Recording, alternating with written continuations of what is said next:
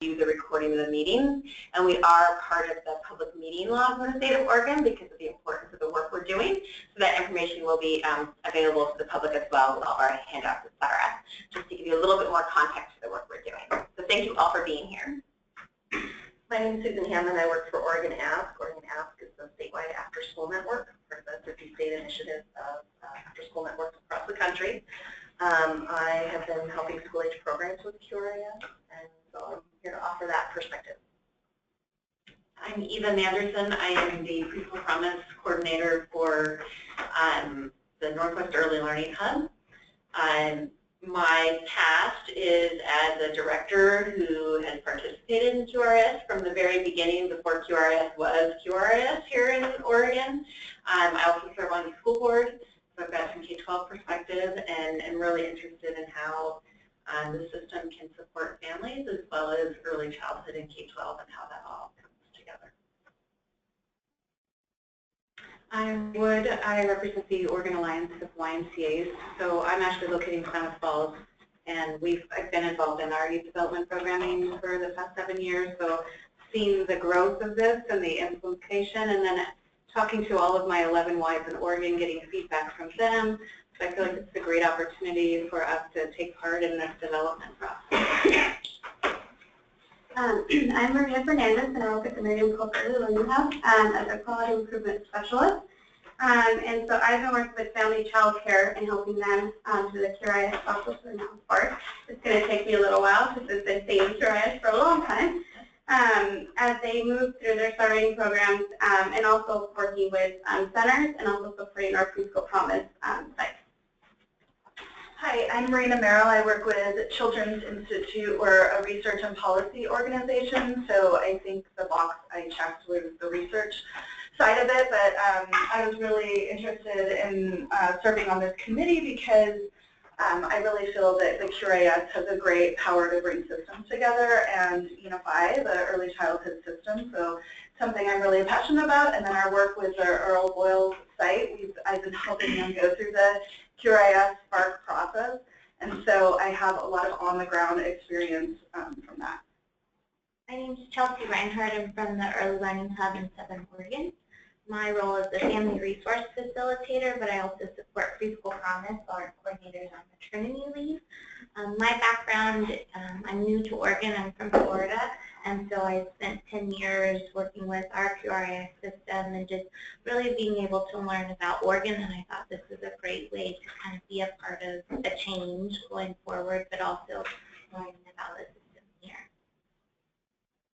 My name is Mina Smith. I'm the Preschool Promise Manager for Early Learning Multnomah, and I'm new to Oregon as well. So I bring experience from Washington, where we have QRIS, Early Achievers, and I was a program director that went through all the process, but also sat on the committee for the cultural sensitivities and responsiveness for the system. So I hope to bring that.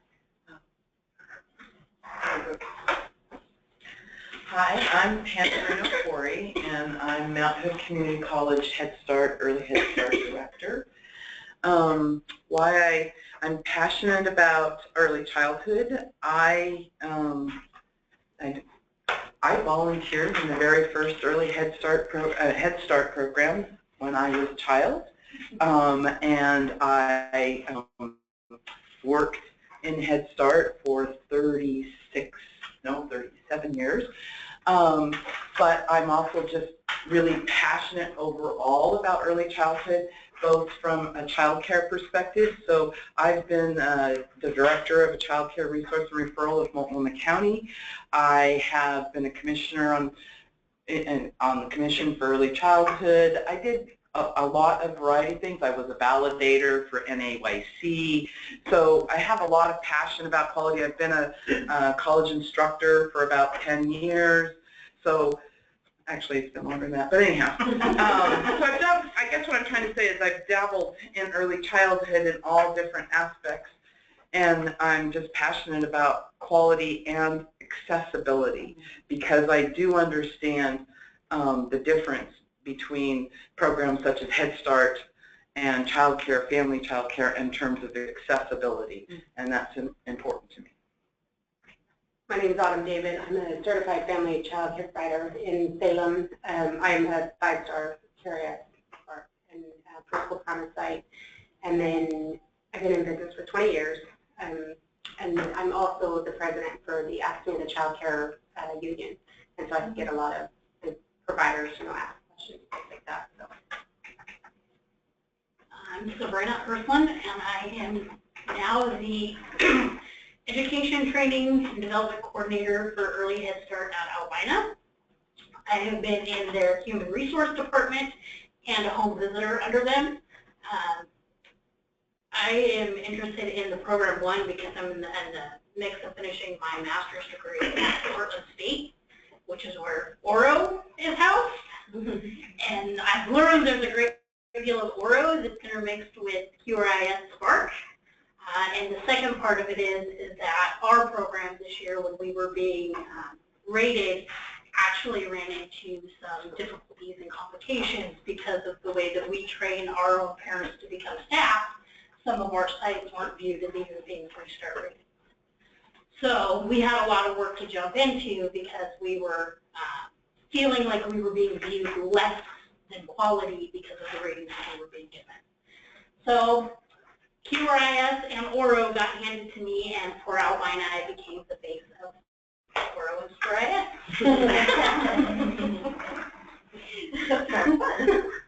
I'm Cheryl Myers. I'm a QIS for one of the R&Rs. A good portion of my job, well, technically 50% of my job is supporting our preschool promise program. So it seems to be a lot more than that these days. I have been supporting programs through QRIS since the field test started, which has been an amazing road. And I've worked with so many programs that showed real gains in their level of quality that I just want to make sure that this is successful and moves forward in a way that works for everybody. And I agree. I think it's bringing a lot of our early childhood systems together and at least starting those lines of communication to get things aligned better. Excited to be here.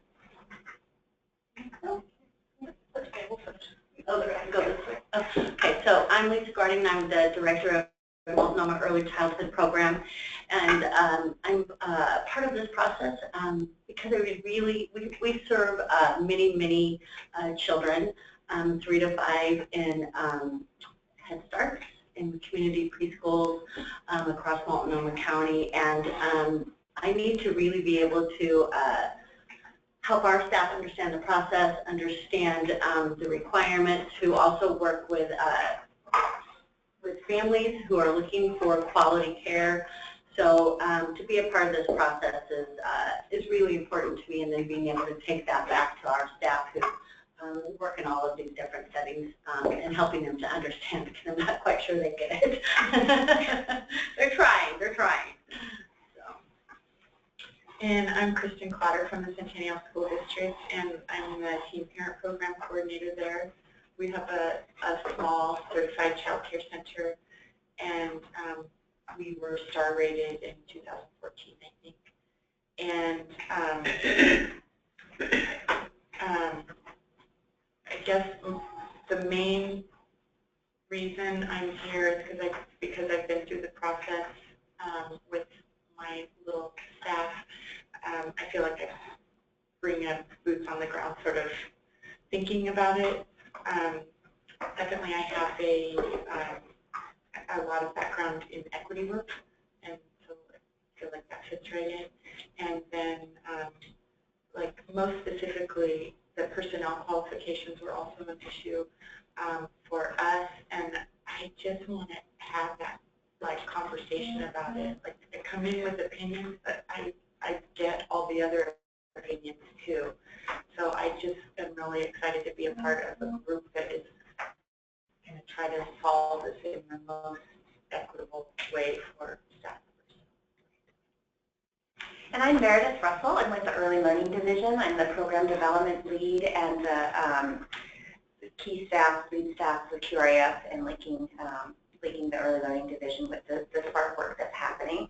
And I've been with the Early Learning Division for about 5.5 years. So I was there pre-QRS and developing QRS and now with this revision process. So I've been waiting for this day a long time. I'm really excited. And hi, I'm Dawn Woods, and I'm part of staff for this. I'm also the child care director, and along with Meredith was a part of kind of the development and the Race to the Top grant that brought us there. And we're actually going to, part of our agenda is to share that. But I kind of joined Meredith in that we've been waiting for a group like this to dig in and do the work. So we're really excited to be staff here to take your conversations and with Donalda's leadership and make it a reality. We're going to make things happen. Two guests, if you guys want to introduce yourselves.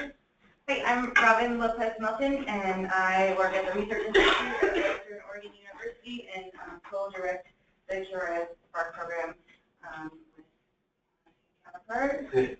I'm Tommy Duff, also from the Research Institute. Well, thank you. Oh, and on the phone, Christina? Oh, hi everybody. I'm Christina Montez. I'm the Quality Improvement Specialist for Umatilla and Morrow counties. So I cover 2 counties, and sometimes I help the other QISs with their counties as well if they have any other questions, especially, the ones that just became Quality Improvement Specialists last year. But I'm really excited about this group. I'm really excited to learn more and expand my knowledge on this and get up, up to date on stuff, and that way I can help the providers, because we have a lot of providers out here. We're a small area, but there's quite a few providers. Yes. Thank you. Well, I heard a lot of passion, a lot of experience, and a lot of knowledge, and a spectrum. So we've got it made. We just have to apply all that to get to get the best product. But it really is exciting to me to hear all that passion and commitment to various aspects that we're going to be addressing. So, great. And so now I think on your agenda, we're ahead of schedule. Yes, great. The next thing I wanted to go over is the quality principles, and I don't know if you have them. They were sent to you guys via email, but we did bring copies of this if you guys want to hand that around so we'll be able to look at it. The reason being that the Early Learning Division has identified these quality principles, and these are the things that are going to help guide the work. Well, they do. They help guide the work of the Early Learning Council, and it helps us to know what are those parameters, what is that framework that we're working within, because then that helps us as we develop our product. And I thought that I'm sure you've read them because they came in your email, but it seems to me that all of these apply specifically to what we're doing, but when you look at 2, when it talks about promote equity in access and allocation of resources, and cultural responsiveness for the population furthest from opportunity, those really speak to the work that we're doing as well and help guide us. And then these are the questions that we ask ourselves when we are looking to see if we are going to be able to meet this principle. Yeah. Does this make sense to you? Okay. And I mean, I think they all apply, but when I looked at it, I thought some of them really spoke to, well, we better be sure we address this. Number 3, too, when it talks about moving to beyond compliance to continuous improvement. I think that one really speaks to what we're looking at. We started out with QRS, like all new things, we roll it out and then we see where we need to do some modifications. So this is going beyond this just compliance to it, but to what is this in QRS that will make it part of continuous improvement. So I think that this would be a really easy one to address. And number 4, Council supports practice-based evidence and data-driven decision making and accountability for realistic, measurable outcomes to children and families. This really speaks to our work as well. The others also the fact that the council ensures that the family-parent voice and the roles are respected. I think as all of you spoke, I could feel some of those things coming through, speaking for that population that you're serving and the families that we serve. And then the last one that really spoke to me for this committee was number 6, where it promotes collaboration, alignment, and coordination with community and cross sectors. All of you talked about helping QRS to get more aligned in the professional development and cross services. So it seems like the principles that have been identified for the Early Learning Council really fit what some of you have said as well. So that says you're the right people for this committee. And that we shouldn't have difficulties in coming forth to meet these principles as we come up with our recommendations. Yes. So one little piece to this, this document has not had final approval by the Early Learning Council. You'll see on the footer that I kind of added that note in. It is very important for the work we're doing, so they were okay with you guys receiving the draft for us to be able to review. In the end, there's just 2 or 3 little things that their final decisions and tweaks are being made on, and it will probably be approved next week. But we'll give you the final version once it comes out. So I just wanted you to know this is pretty much finished, but it hasn't been approved just yet for your reference. So it seems to get embellished every time we look at it. It doesn't, but it's nice to be able to have the guiding principles that all of us are working towards the same thing, so we don't do a whole bunch of work and then find that it was or not. The other thing I think would be helpful is to know, well, what are we supposed to be doing? And I know that when I was asked to do this, I said, I'm not wanting to work with a committee that's supposed to be rubber stamping anything, because you don't want to spend your time doing that. I don't want to spend my time doing that. So we really are to be looking to help guide the work for QRIS. Now, we are an ad hoc committee, and we will make recommendations to the Early Learning Council. But what we do is to help guide the work around the QRIS. And we're hoping to be able to refine the vision that reflects the community and what is best. And I heard little pieces of all of that in each of your commitment and your reason for being on this. So it sounds like hopefully your goal and our goal for the committee is the same. And the other critical piece for the subcommittee is that our role is to look at policy. You know, so I thought it would be helpful for us to know what it is we're supposed to be doing. So what we will be putting forward to them, to the council, will be to reflect policy, because the council does policy, and that affects how we carry out Spark. Does that make sense? We do have a charter, and I think that was sent out to you as well. But when you read the charter, it says go forth and do all these great things. That's my summary, but so I think it's good to have more specifics about what we are actually looking at doing. And then you had a work plan that was sent out in email, and we did not make a copy of that, but we will be tweaking it probably from our perspective already. In April, we've identified that we'll be reviewing our standards and the rating concepts, but also there was a validation study that was done a few months ago. I can't remember what the dates were, but I've asked that you get a copy of that so that we can see what the study showed, so that we can have that information as we go forward. There's also a community engagement survey that was done, and there's a code for diversity. Is that it? Is that code for deliverables? Oh, deliverables, yes. Kind of busy. It is indeed. Sorry, I couldn't read my own writing. That I would like you to have those tools also, because then it identifies a little bit more what we're going to be doing. Does that make sense? Okay. Sorry we didn't send those out sooner. I'm sure you would all love to have read that last night. So that's what we'll be doing in April, and then in April we should have a more firmed up goals and objectives for the rest of our work. And we are scheduled as an ad hoc committee to be done by September, and then we'll have a report that's out in November. So I don't know how many of you knew what the timeline would be, so we wanted to just be sure that we firm that up. Which does mean we will be meeting through the summer. I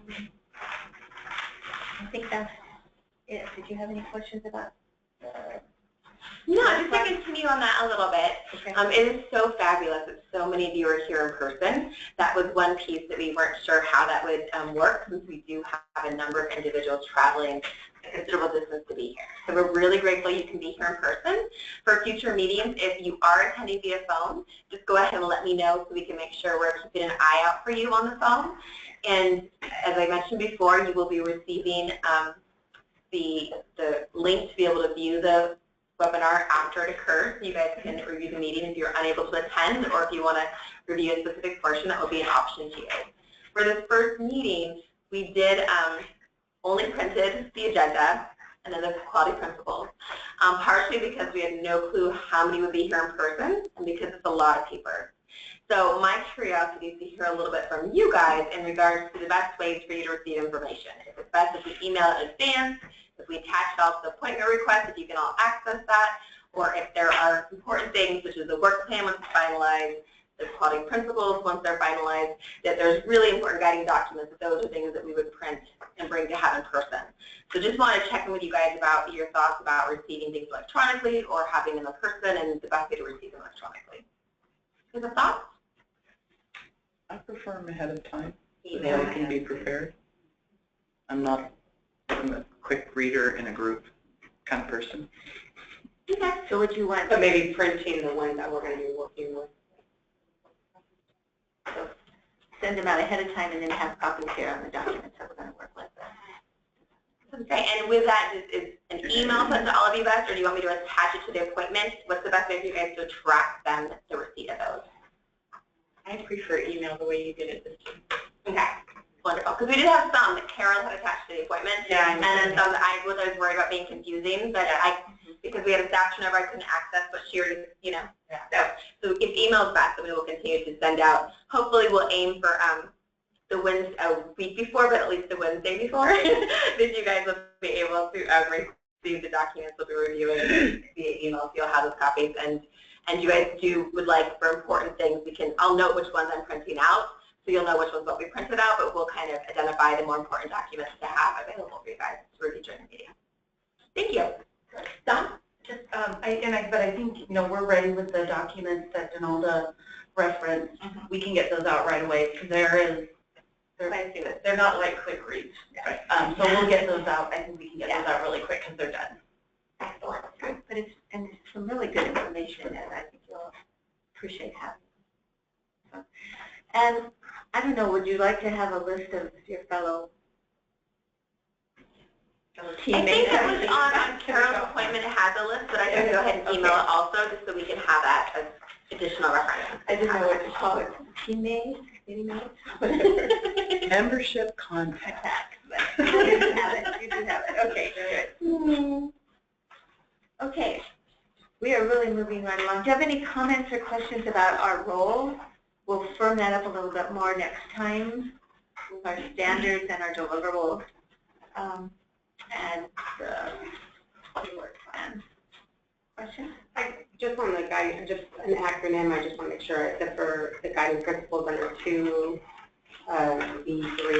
is the API that is out of this? Yeah, Okay. and actually I made a note because we discussed it in the ELC about expanding that, and that wasn't on the draft. So I made a note to remind us that hadn't been expanded yet. But the council, the exact same one. That's a good one. Yes. Yes. And people have questions about populations furthest from opportunity, but this is the language that tends to be used, and so that's there. I don't know if it's going to stay. We're working with that. So the bigger piece is just to interject a little bit more. That I hope you guys understand the Early Learning Council. I think you guys have a good idea of what their goal is in setting policy for early learning in the state. And then the Early Learning Division is who really creates the products and carries out the work and performs the level of making sure that policy moves forward and things continue to move smoothly. In addition, we also have a contract with Western Oregon University, which I'm sure will come up more in the presentation. But just to help you guys understand that they do have an implementation group who has been looking at this and gathering various levels of feedback to see the work to this point. And so this is kind of just, this group is more the, let's set down what's going to happen, let's get this finalized and move it forward. But there has been a great amount of input from these various viewpoints and perspectives, from family child care, from rural, from urban, from quality improvement specialists to providers to research, et cetera, that has kind of been folded into that.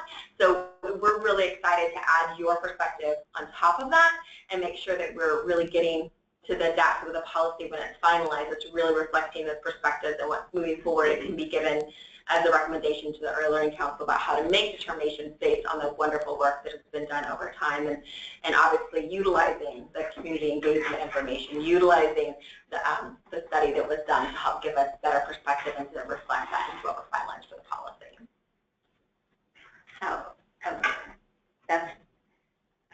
That does not negate the role of the committee, because the work groups and the Western Oregon and the state have been working together to get that information, and then that will come to us as a committee so that we can then look at that and then make the right final recommendation. Because that was one of my questions. I thought, there's already another group, then why do we need another group? But it's because that other group has been helping the state to inform the state so that they can identify what they're recommending. And then that comes to us to be vetted and reviewed and get all of your perspectives from those different viewpoints. So, yeah. So it's not to. I want to stress again the importance of this committee. This committee is not just to sit here and just say, oh yes, yes. It is to review this in a critical eye from your various advantages. Okay. We talked about that a lot. I've got it in my notes to be sure I get it correct too. So with that, I think Don is going to start us off on some information, background on Spark and QRIS. Yeah, and we were gonna. Is she on? She should be on any minute. Yeah. Great. Oh, for a beep.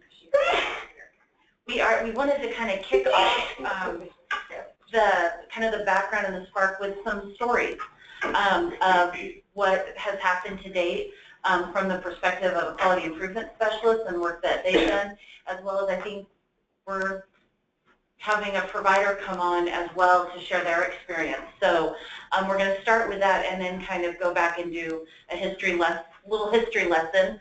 I think for some of you who maybe have been in the system a while, you might find some of this a little, I don't know, I got a little teary. So We have one box.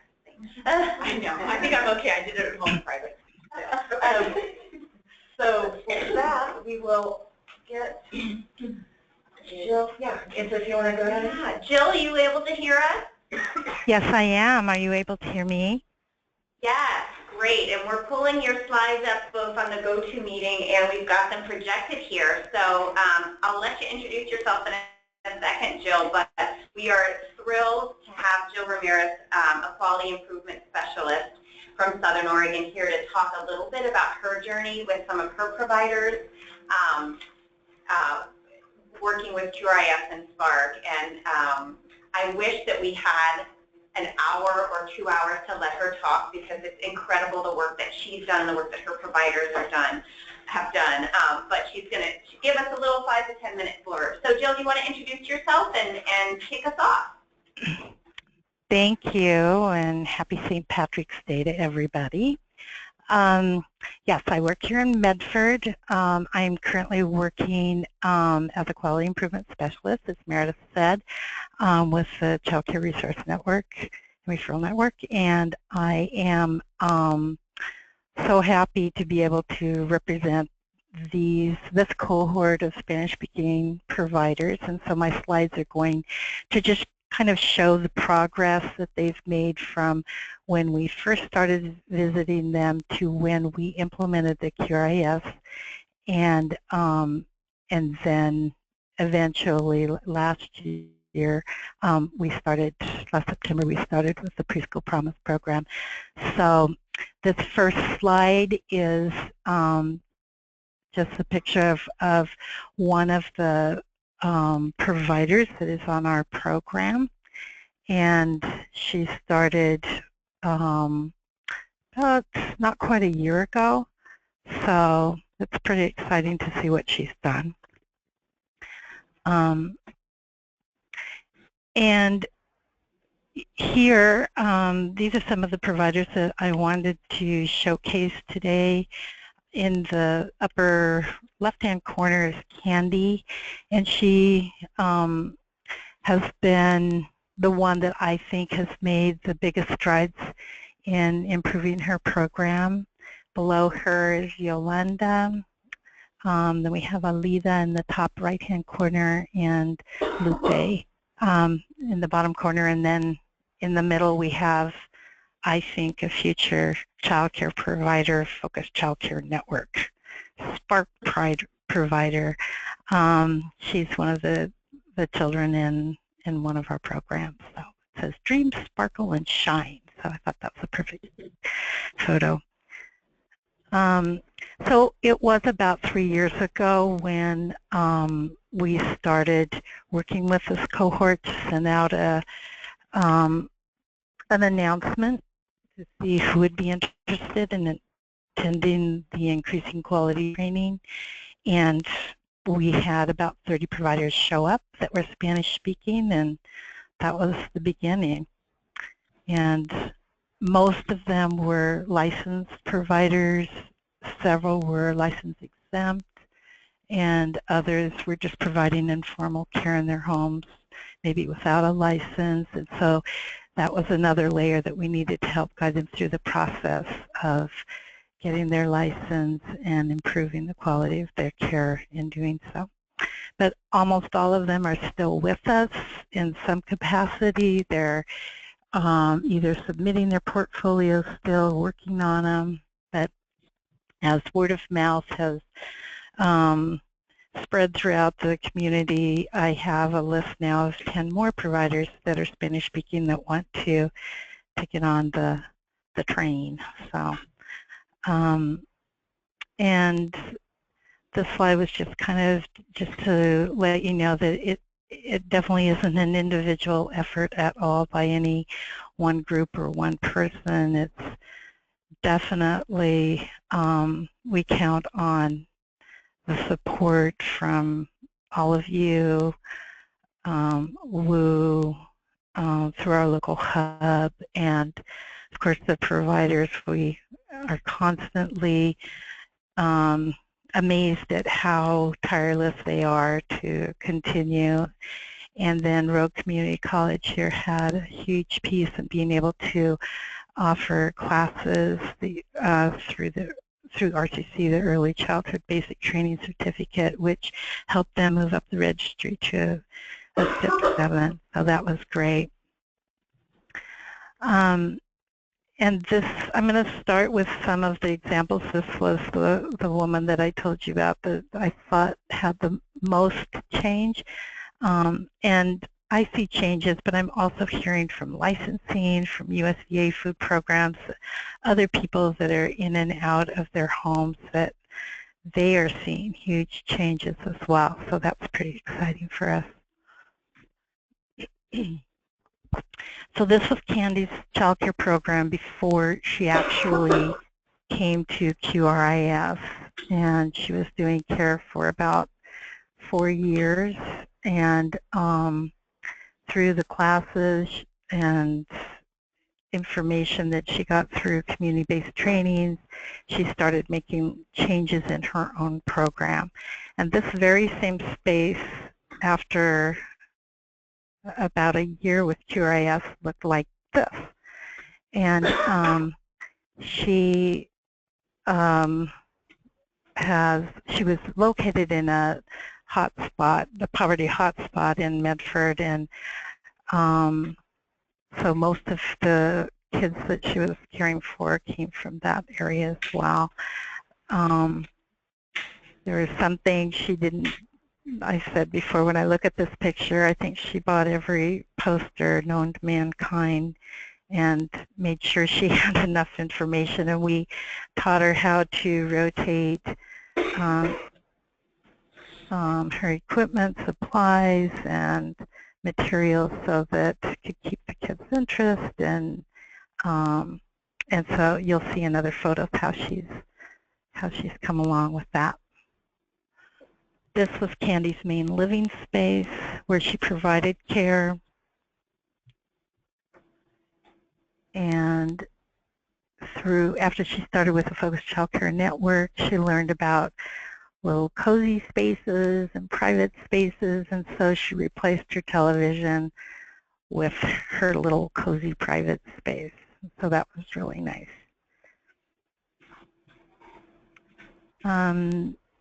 It seemed that the more the providers trained or took training, the more they wanted to learn. And we responded to that need by trying to provide as many like trainings or group activities as possible. And it seemed like we were meeting almost weekly. And if not with the full group, with smaller groups, depending on where they were at. And then came Preschool Promise. And this is one of the photos of the kids in our, or a few of the kids in our providers' homes. And so last year when we learned about Preschool Promise, which actually targets the very children that the providers were serving anyway, it just seemed like a really natural fit.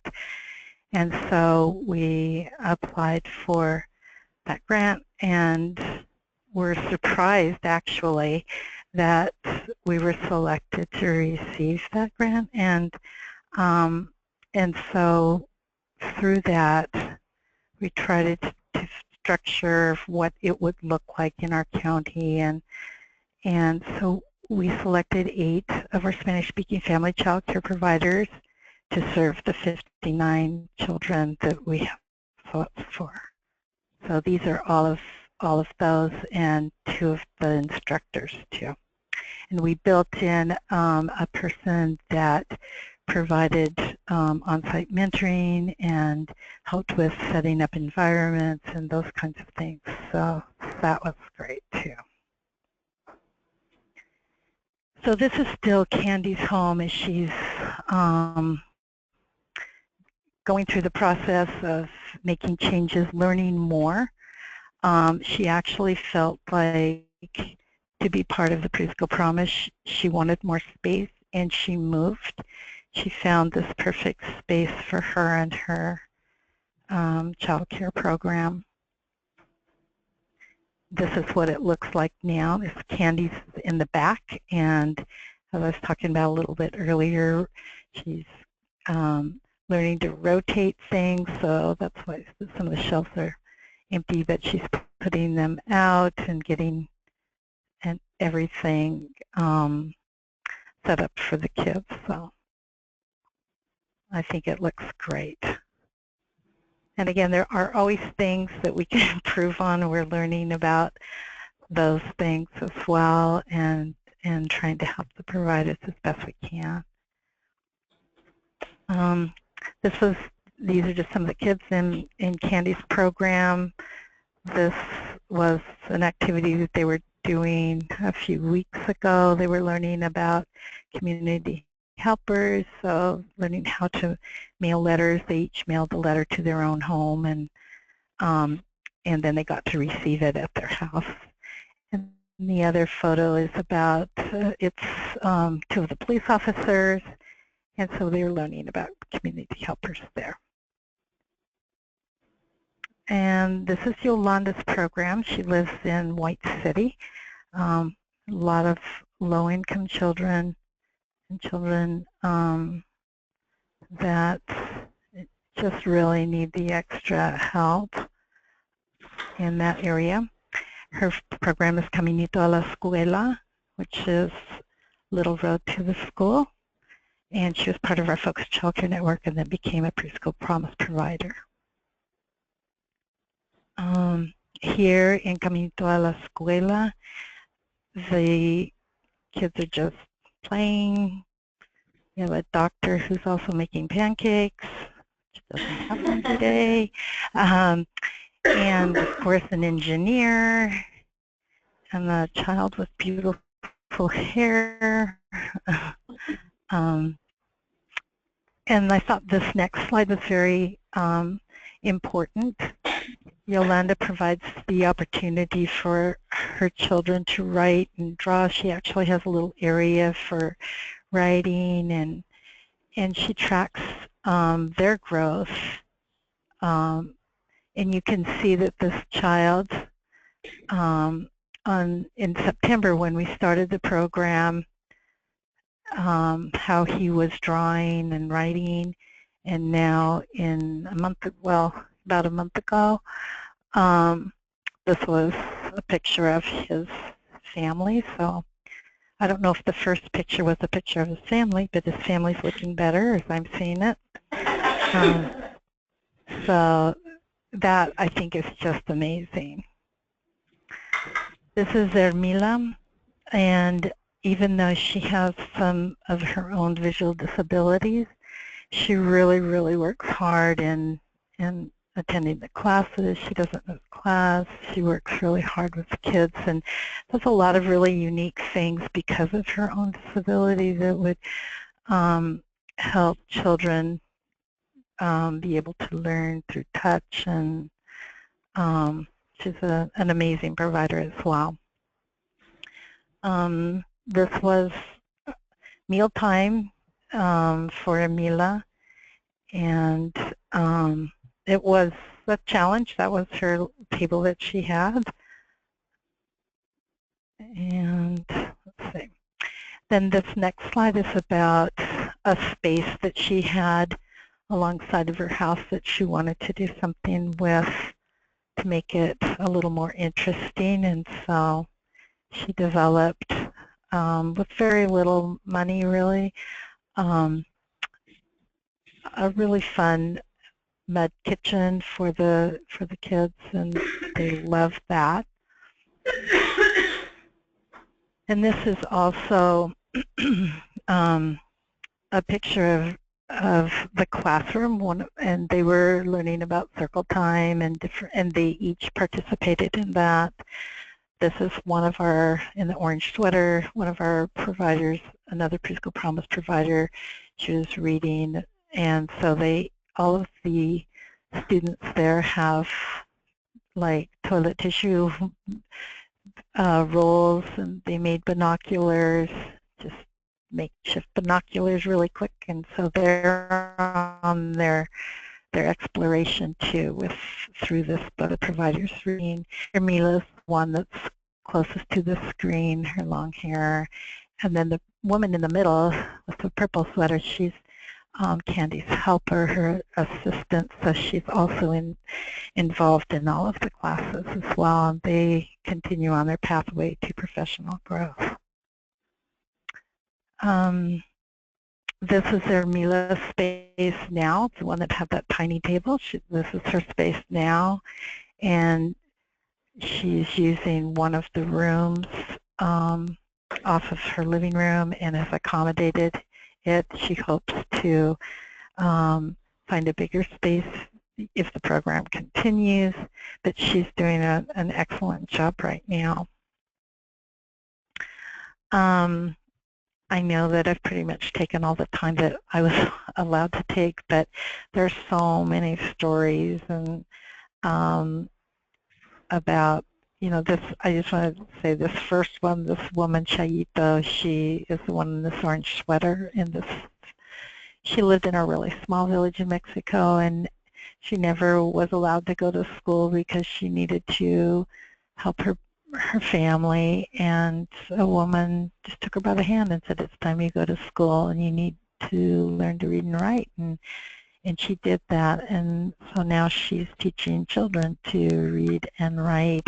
And like her story, there are so many, and I know that in each of the communities that you represent, there are those very stories, and so I just felt that it was really important to just remember that little last line that I put, that what happens when your whole life is destined for failure and you succeed.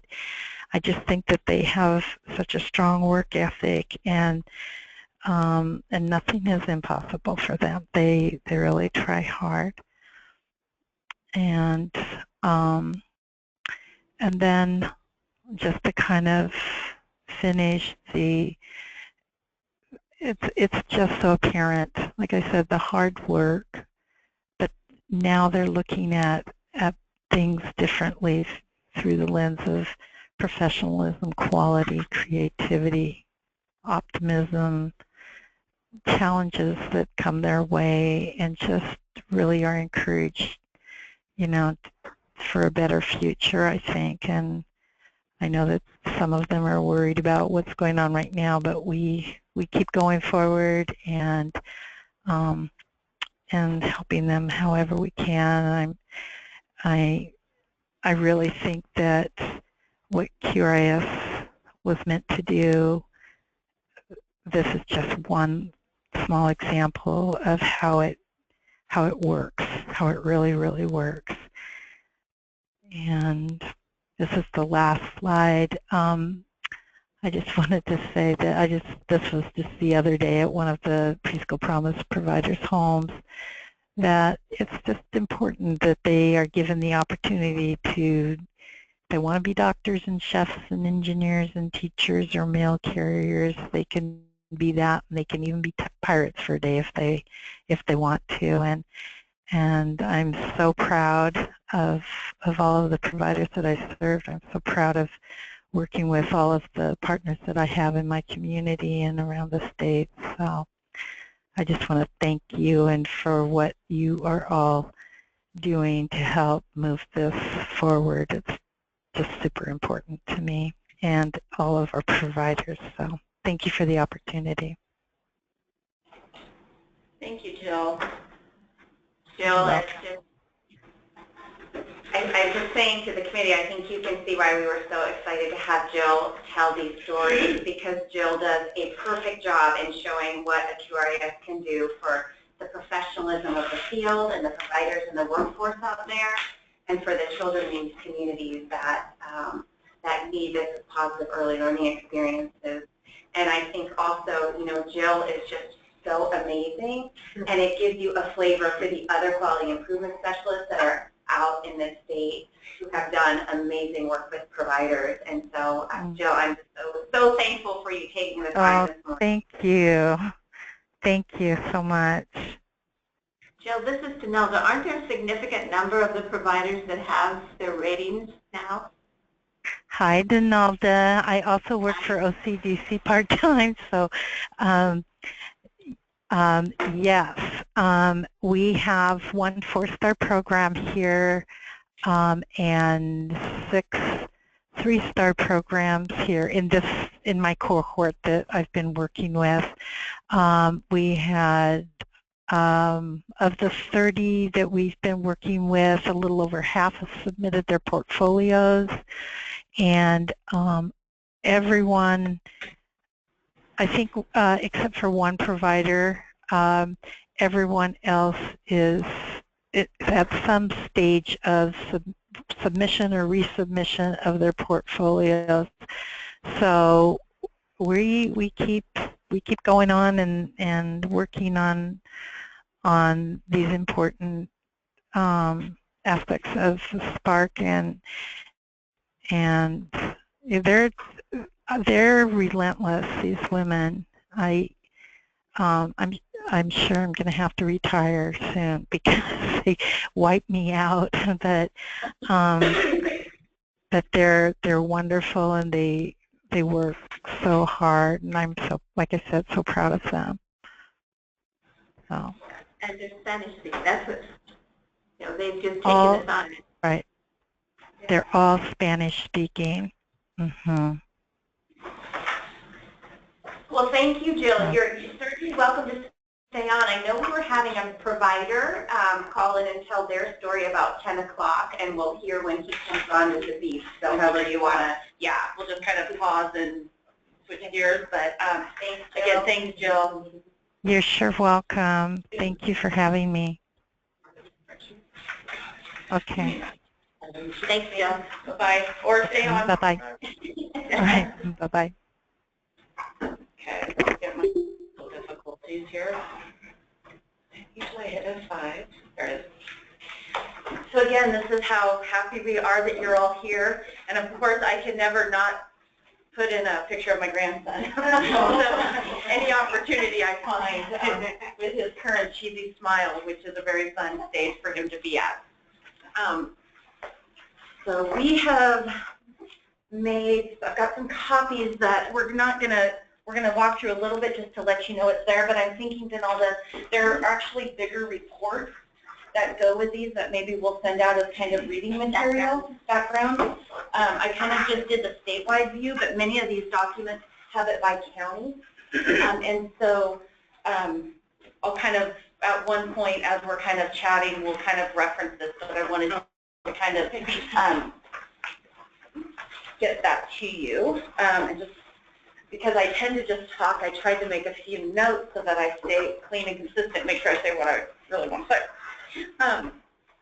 So with that, and I guess before I start, I really wanted to kind of frame up, kind of as we were talking about planning this meeting, kind of what, just to kind of make sure everybody's kind of grounded on the history and know how things kind of began, because it definitely has been an evolution. And I think, you know, as I was looking at going back into the archives, and I actually really intentionally left the graphics and the way the PowerPoints were constructed as they were back then, because I really felt it showed the real evolution that has occurred in terms of quality improvement and quality supports for providers. And I also, you know, this first slide has the Spark branding and logo, and I think what's really important is that when we use the word QRIF, we're talking about the framework of a quality rating improvement system, and every state calls them something different. Early achievers, ours is Spark. And it's pretty, I think it's every state now in the United States has a quality rating improvement system, and they all kind of take a different structure and shape based on the state priorities, just where their early learning system kind of is in terms of readiness. And so with that, one of the first slides, and you'll note that this is back in 2011. When we were really starting to form EQUIP, which was an early learning private-public partnership. And I'm going to try not to use acronyms, but I truly am not sure I can remember EQUIP's acronym because it's been, you know, 6 years ago. It's Early Quality Improvement Project something, yeah. So, but we were really trying to think about how do we take all the work that's going on, child care resource and referral, the Oregon Center for Career Development, licensing, and you know, what are the different roles that people do, and then where does that come together to form kind of this more cohesive piece? And so that's kind of how EQUIP was formed. We, you know, and you can see, you know, it's kind of a pretty basic Venn diagram, and just to kind of through the conversation think about that. And from that work kind of came an EQUIP the house, if anybody remembers this from, let's see, this was drafted actually back in 2010. That's a while ago. I spent a lot of time on this drafting. And how we really started to try to think about it is, you know, that the foundation, so the Venn diagram that I showed before, that this foundation is really with Child Care Research and Referral, Child Care Division at the time, and then the Oregon Center for Career Development and the Oregon Registry and those supports. And then we started thinking about the education awards that began because of the ERA funds that were received, and that was a piece. And then you start thinking about the scholarships that Oregon Community Foundation has funded for over 10 years. That's really a part of the system of supports. The Quality Indicators Project was a project that really actually took licensing information and looked at it from 13 key indicators of quality, is where they pulled it from, to really start understanding where the field was, starting to capture it, to be able to share information with families. And also Oregon Programs of Quality. That was a program that was really meant to be a stepping stone towards accreditation. So Tom Olson, who was the Child Care Development Fund administrator at the time, really knew that there's a big step from licensing to national accreditation and wanted to create a stepping stone towards that, which really, if you think about what we know about a quality rating improvement system, it's kind of stepping stone. So this was really, as we kind of brought things together, we're like, huh, we're kind of forming a system here of how we think about this, and really thinking about the evaluation and the research. And so this graphic was really around how do we equip individuals and how do we equip programs, all for school readiness for Oregon's children. So that's really kind of the evolution and the conversations, and Donalda was in the room for those conversations. I know.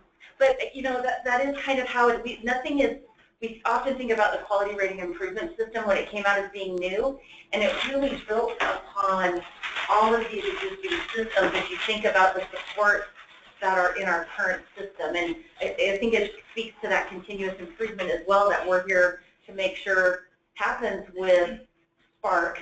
It's part of that evolution of what we've been working on, well, obviously before 2010, but this is kind of where it all got put together. It's kind of like we're continuing to evolve. Yeah. Now from the QRIS we'll evolve to Spark. Yeah.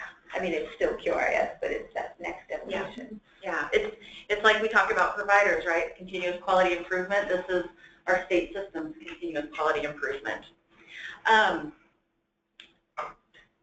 Any questions on any of that? Okay. So again, as we were starting to think about it, as quality rating improvement systems were really happening nationally, we started kind of looking at what are the core elements of a QRIS. And there's really 5. There's the program standards, there's supports for the providers, financial incentives, the rating and monitoring, and consumer education. And so we kind of charted that across our scholarships, our education awards, quality indicators, and Oregon programs of quality, and kind of looked and saw that we kind of had all the elements and really the foundation pieces of child care resource and referral, the Oregon Center for Career Development, and licensing are really cover the supports and the standards that kind of overlays, again, that foundation that was kind of conceptualized within the house. And so, that work was starting to happen. Then as we found an opportunity when the Race to the Top Early Learning Challenge grant opportunity came out, it required a quality rating improvement system. It brought about $30 million into our state, the Race to the Top fund, which is just ending, has just ended. There's a few projects that are on no-cost extensions, but that really, and it was really designed to be a system support.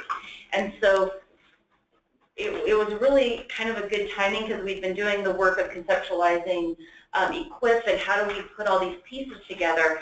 And so this is actually a graphic that came right out of the grant proposal that we put forward with our best thinking without actually developing, because you have like a month to write a grant, to kind of think about what that would look like in Oregon and what this grant would help us develop.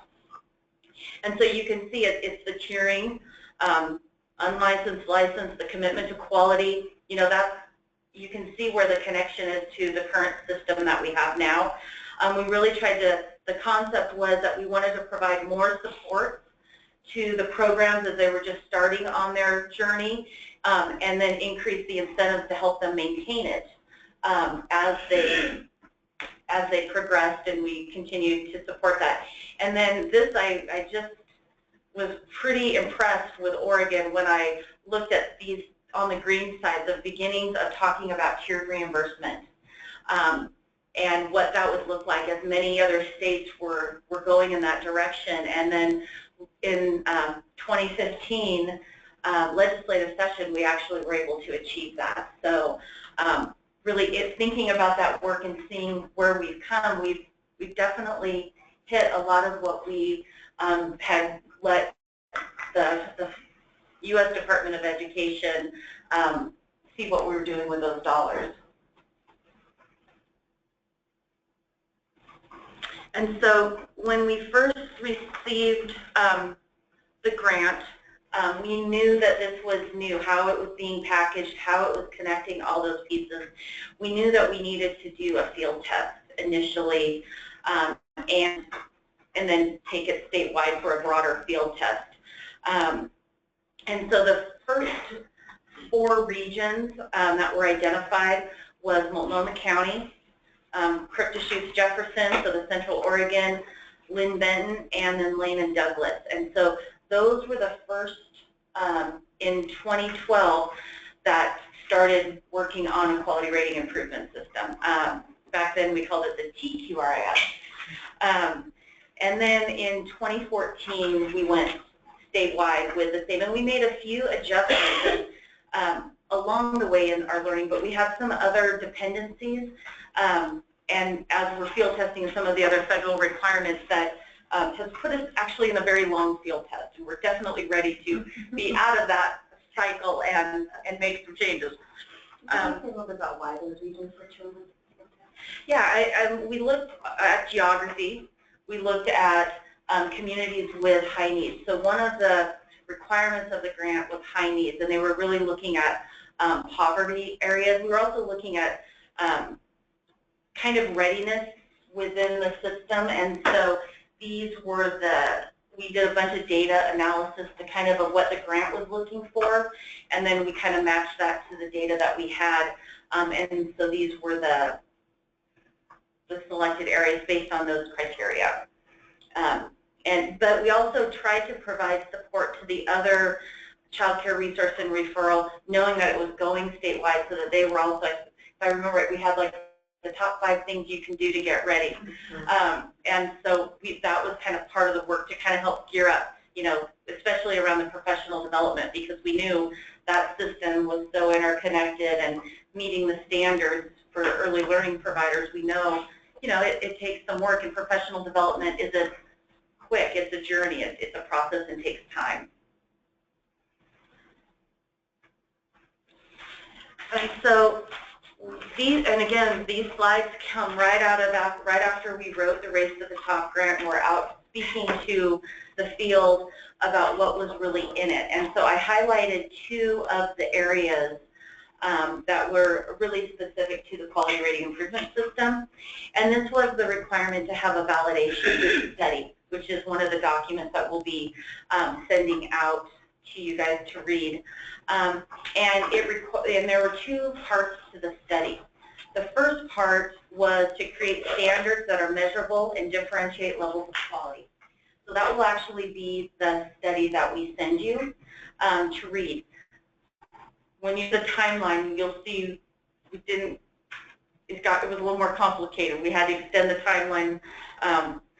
And one of those things when we think about what the validation study is really looking at is that, if you're measuring the differentiation between standards, part of when we rolled out statewide and other changes, we really needed to work closely with Dr. Bobby Weber, who was the lead researcher on it, to make sure that any changes that we maybe knew we needed to make wouldn't mess up the validation study. So we were kind of always balancing where there was areas we knew from field tests and heard from the field, and then what we needed for the validation study to, one, obviously meet our requirements for the grant, but also knew that it was really important and valuable information to really make changes on data-driven decisions and have that real statistical look at it. And then right now we're actually in the second part is to create a QRIS with standards that promote positive child outcomes in kindergarten readiness. That was the second requirement in terms of that 2-pronged study. And so that we're currently in, I think data collection is almost complete, and then they'll start the analysis phase of looking at all of that information. I think a couple things that are important when we think about what the grant also asked us to do, and this was a tagline that was throughout the grant, and is ambitious yet achievable goals. And so it was, and all the smirking, because it was truly it was throughout the grant, and it was really focused on looking at high needs, but it was from a poverty lens and not the equity lens that we have in Oregon. It was definitely, it was from a poverty perspective with how they really define high needs, as well as looking at screening. And in our state at that time, the ages and stages questionnaire was really, there was a lot of work going in the health, from the health field and connecting to early learning. And that this grant was really a system building grant. It was designed to help states build up their early learning system.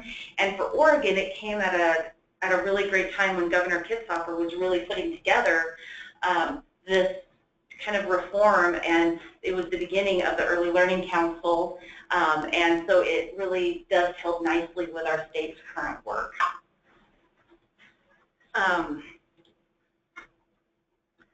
So then the other main project within the Race to the Top grant was around the quality rating improvement system, because that was a requirement for a state to have one. And so some states, if they already had one, some of their work for the grant was revising it, expanding it. For ours, it was developing it. And so it was, our first goal is that we were going to implement one statewide. We were going to increase the number of children with high needs in quality ELDP, which was, again, a grant term, early learning development programs. Create a streamlined system for existing programs who meet quality standards.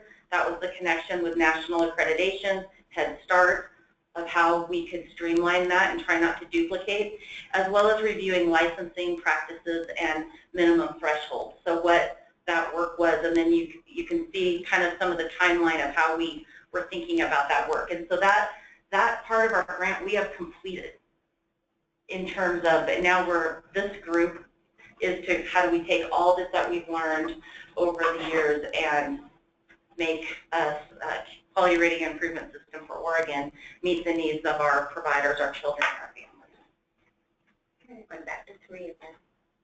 Yeah. That's part of the continuous improvement cycle. Yeah. And actually, nationally, when you talk about a QRIS, they do talk about, you have to think about this as that continuous quality improvement, that you're always going back and evaluating and learning and refining and improving. And I kind of laughed at this, that by two years ago, we were supposed to be at QRIS 3.1 in our, was what we thought in the grant. We're just trying to get to 2.0 right now. But I think, a lot of it was, and we'll kind of talk through some of the challenges, is that clearly this was a huge grant with a huge system to be developed. And so getting, with the dependencies of the validation study to have enough programs in order to do the statistical analysis, we needed to extend it so that we could really do that work. And so some of the extensions was because we needed to have that data and that information, which is what makes that the validation study so important. Can I just add something about ambitious and achievable? We had one of our federal TA people was out for a site visit several months ago, and they made the point that I hadn't heard until that time, that Oregon's Race to the Top was very unusual in that we were going to develop a QRIS, field test a QRIS, implement a QRIS, validate through a study a QRIS, and revise a QRIS in a 4-year Race to the Top grant. And that was pretty unusual. Other states had one and they were going to validate it, or they had one and they were going to revise. And when she said that, it just was like, the light shined. It's like, oh, okay. That's why it's been so hard. We did a big chunk, and I think the successes that we've had in the context of how much we've achieved so quickly is pretty incredible. So I think it's always interesting to have that national perspective about what Oregon has achieved in such a short period of time. Can I just say something about that? It also really explains all of my level of involvement in it, my confusion, and why are they saying this one time and this next time? And I know it's because we're all trying to figure things out. I know that, but if you just put it all in perspective, I just made it all so clear right there. So. And I think the other great thing about having Oregon's been very fortunate. We're very well thought of nationally, so we get a lot of TA and a lot of input, and then we hear what's going on with other states. And it's really interesting to hear what other state struggles are as well, because all states have struggles, but they're just different. And I think some of what you're saying is Oregon's unique struggles because of all that we accomplished. And that's amazing. yeah.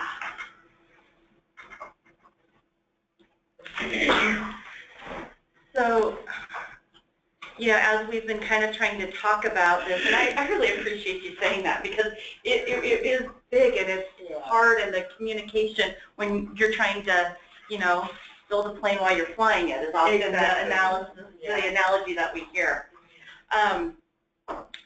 One of the, so this again is kind of a way that we have tried to talk about, and you have an infographic in your packet that kind of talks about just kind of the evolution, and I definitely went much deeper with you guys just to kind of, again, get that grounding and that knowledge of where we've been and how we were really trying to think about the QRIS, and with really keeping Oregon in mind and building upon all of the systems that we have.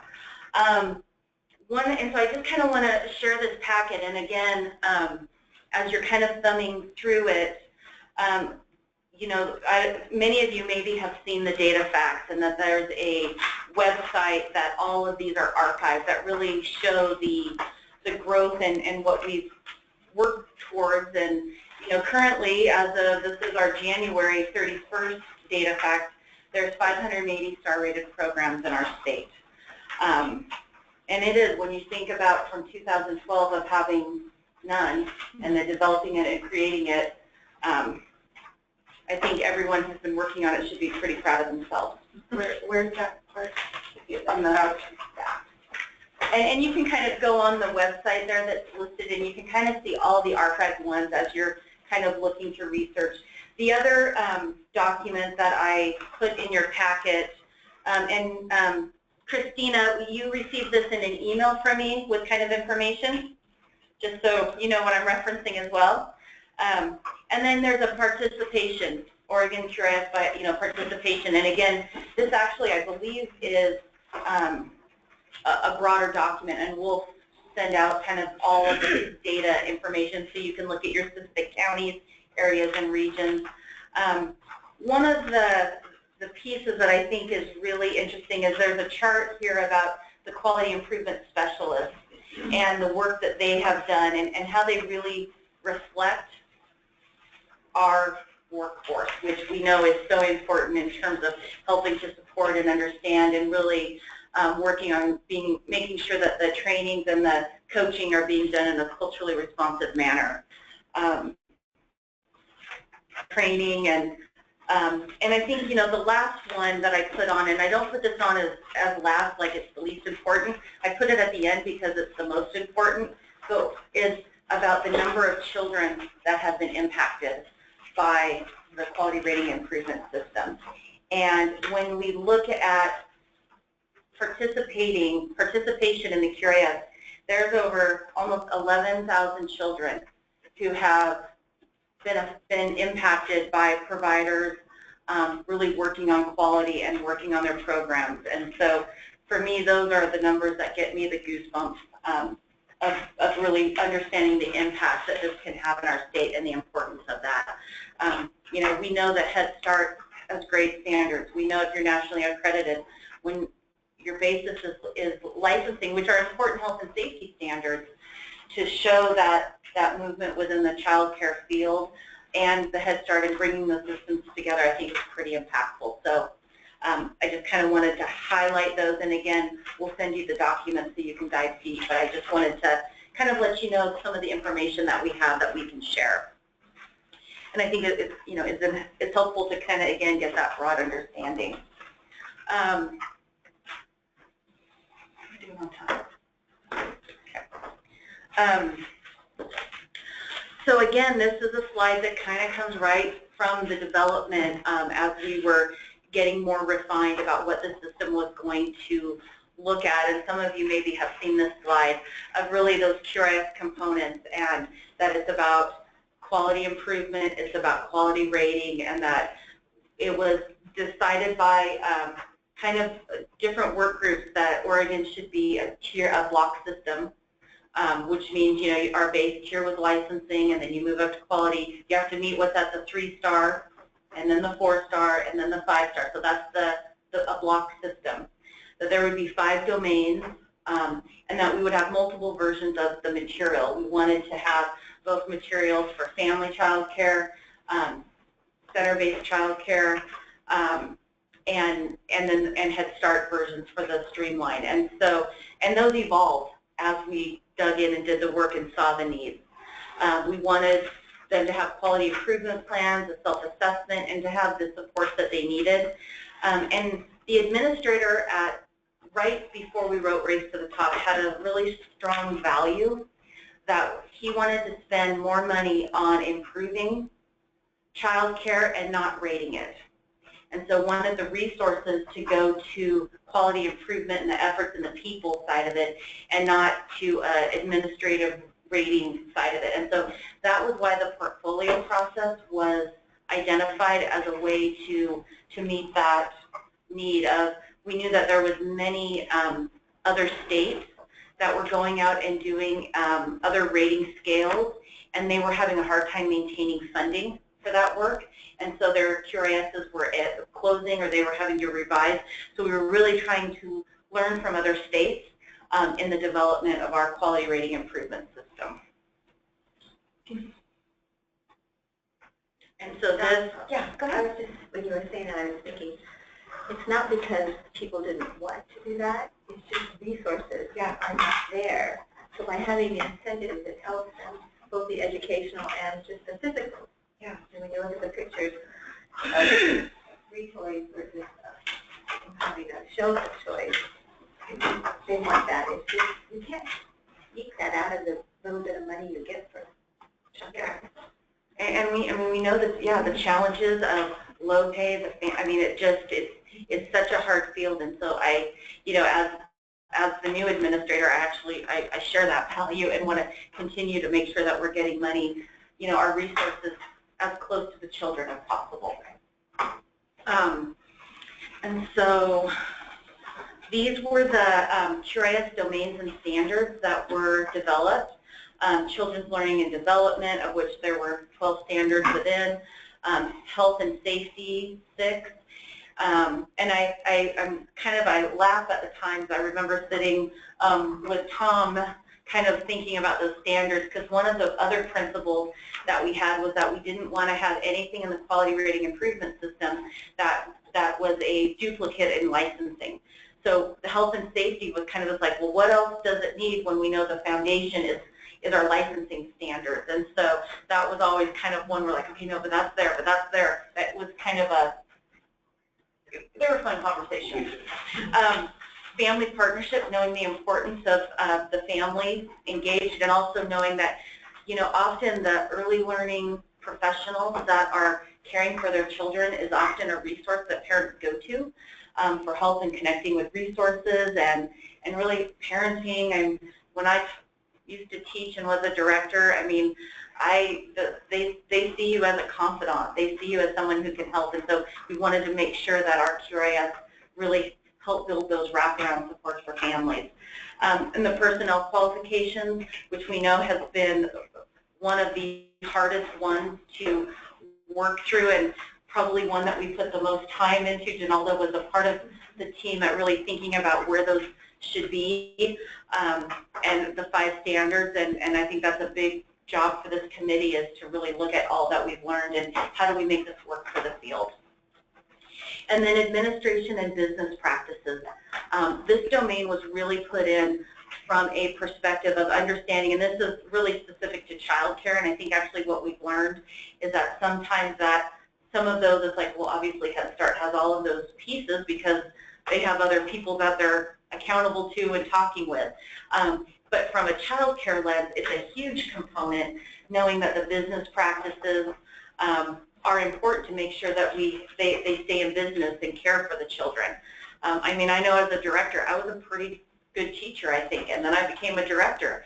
And there are different skills that you need to know to be a director, and that's not, you know, so having that training and making sure that the sound business was part of the reason that we felt that domain was really important. Questions on those? Okay. I'm hoping this is helpful to kind of give a background of why certain things were picked and identified. I think it's good for us to think about these domains, so because I've picked up that there are a couple of interest areas in some of the domains. Yeah. Like professional development. Yeah.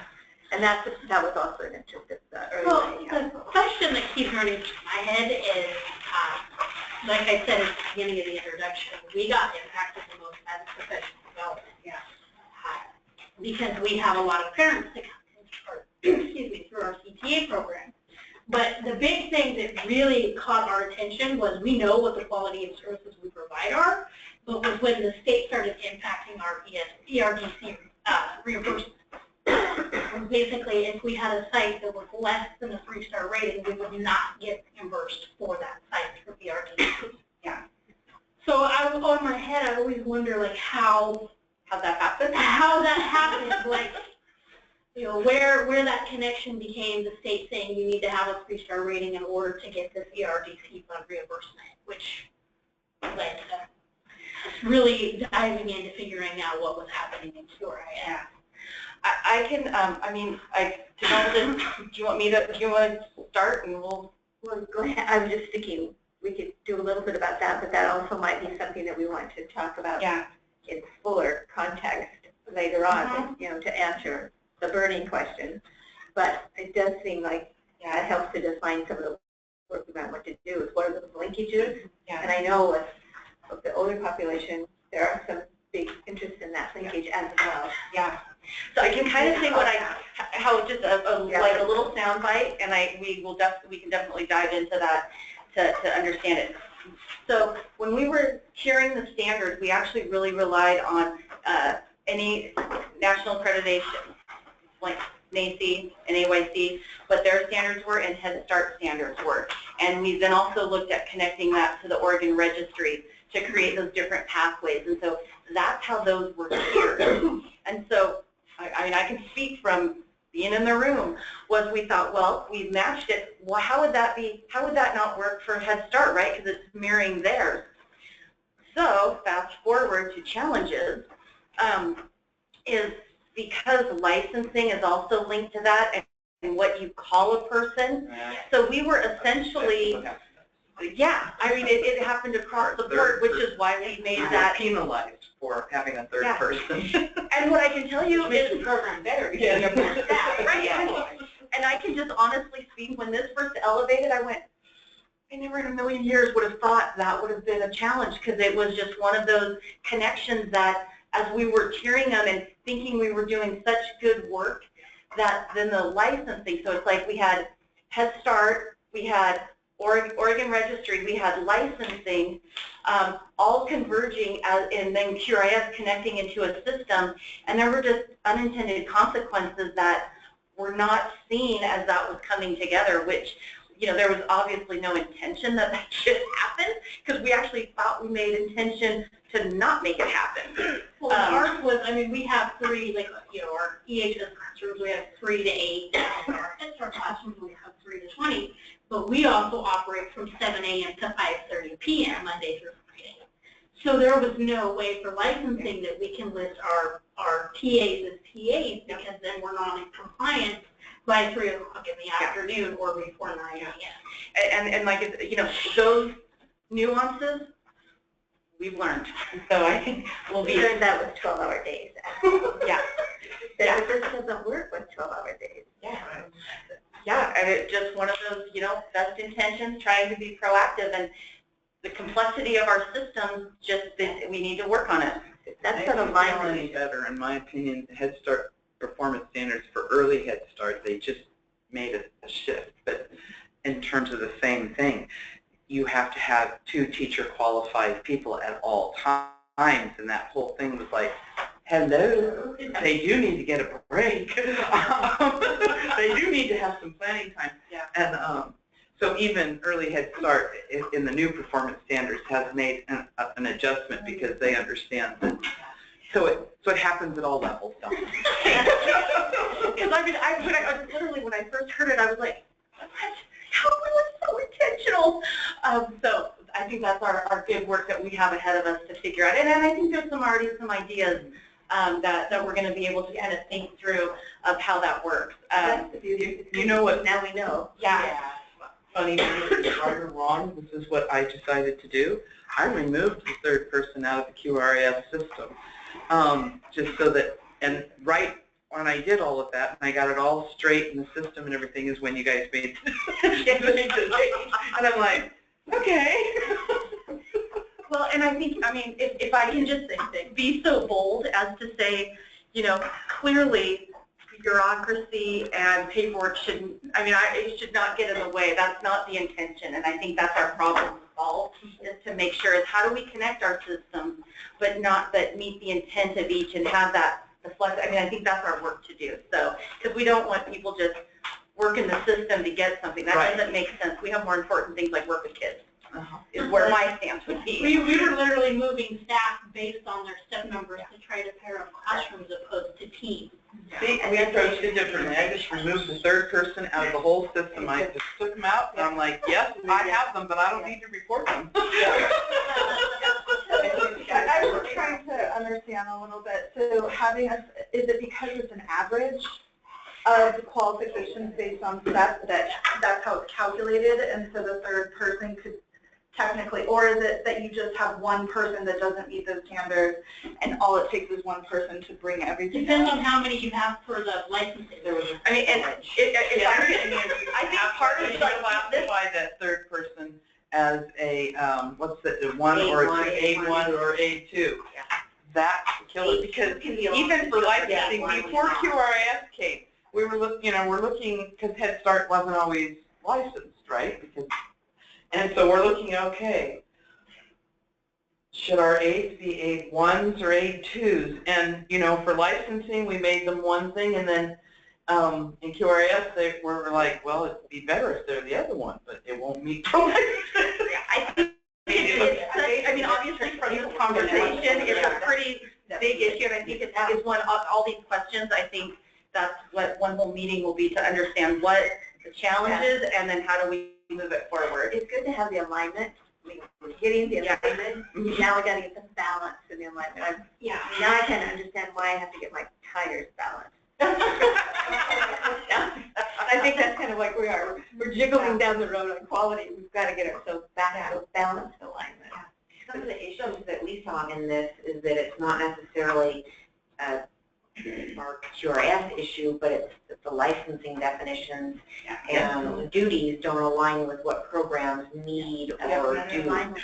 So it was like, well, you have to use licensing, that's the regulation, but what are your staff actually doing, and can we get them more training to move them up in that position to meet what you need them to do, but still follow the regulations? And so, and I think, you know, really this roles and responsibilities kind of lends itself to the complexity of where to get the balance. Is that, you know, when we think about this, the 5 components of a quality rating improvement system is, you know, the program standards, and that's Western Oregon University that, you know, is working with the state to develop, as well as the workforce standards. The standards for a quality rating improvement system is actually both workforce and program, which again, connections, but how do those connect? So there's not unintended consequences. The support, the training and coaching that the Child Care Resource and Referral System gives, the focused child care networks that were a part of that run through the early learning hubs, the financial support goes through education awards, scholarships that are offered through Portland State University, as well as the quality rating improvement awards that are awarded through Western Oregon University. Again, you can state system, connections, the rating and monitoring, both the licensing process, again, different systems converging, and the portfolio review that happens at Western Oregon University. And actually, as I'm speaking, it's also the STEP award and documentation in Oro is another piece of that rating and monitoring that I need to add to this slide. All that connected. I mean, for me, this is what really makes it different than the QRS is a thing but it's a framework and a system, as well as the consumer education, the parent referrals that happen from Child Care Resource and Referral and now 211 Info, as well as the parent information that we hand out through those systems. And so that's when we think about, again, it's a framework, it's a system. These are all the entities, and not all the entities, but kind of the core that make up that frame. Can we hear people on the phone? I think we might have our providers. Oh, there you go. Did somebody join us?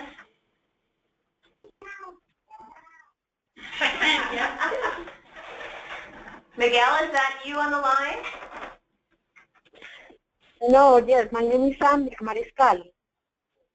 Marcel. Marcel? Yeah. Hi. Yes, can you hear us?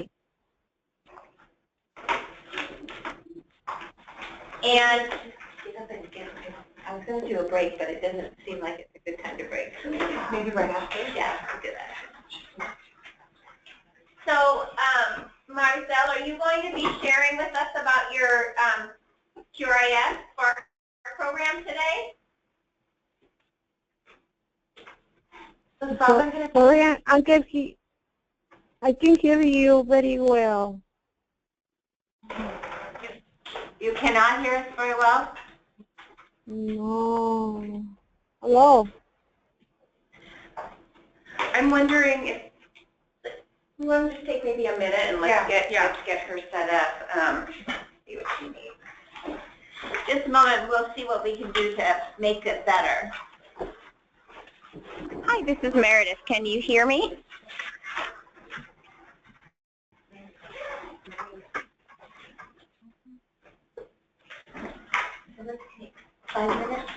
Can you hear me? Hello, this is Miguel. Hi, Miguel. This is Meredith. I think Monica Kahn connected you and I to share with our committee about your QRIS experience. Yes. Yes. Great.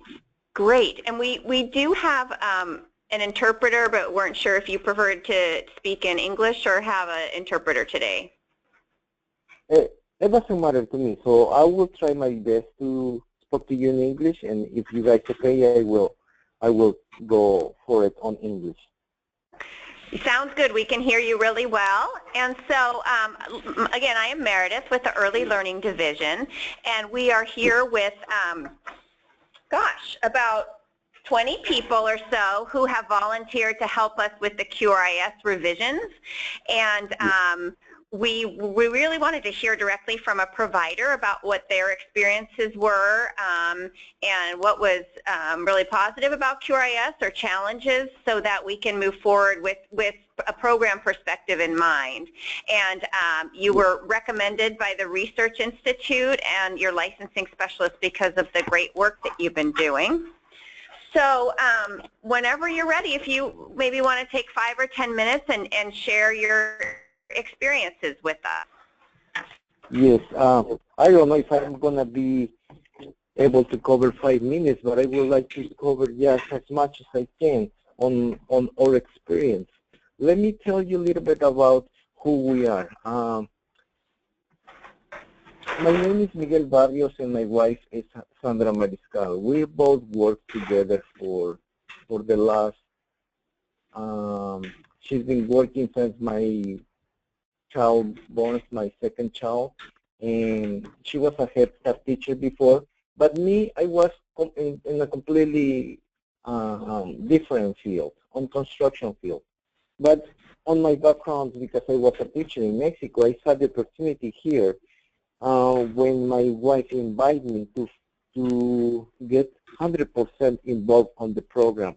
And this started in 2004 when the QIRS finally come out as a pilot program, and they say everybody start to asking what is this program about, and it was a simple explanation once when we went to the CCR in Hillsborough, and the simple answer was, this is like a hotel. We're gonna rate the program, see the work they're doing, and how much stars you can earn on that process.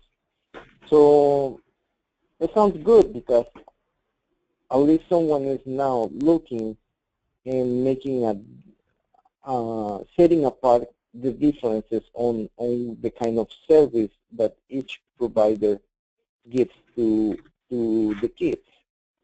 So finally, when we're having someone making those stages on setting the stars according to the quality of the service provided, then it's like a full recognition of what you're really doing and what improvements you can do. So if you don't have like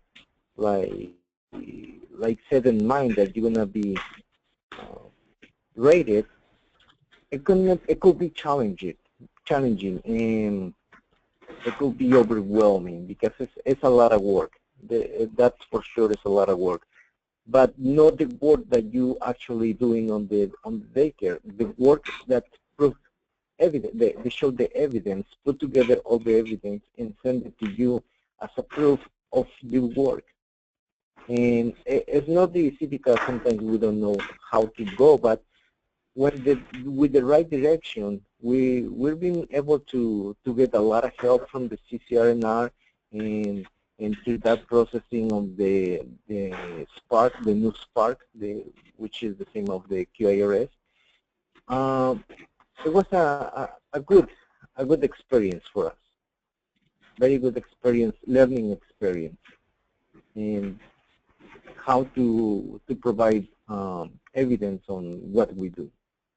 That's the main thing, and we really think it needs to happen because we have different styles of teaching, but regardless of that, the quality needs to be always on top.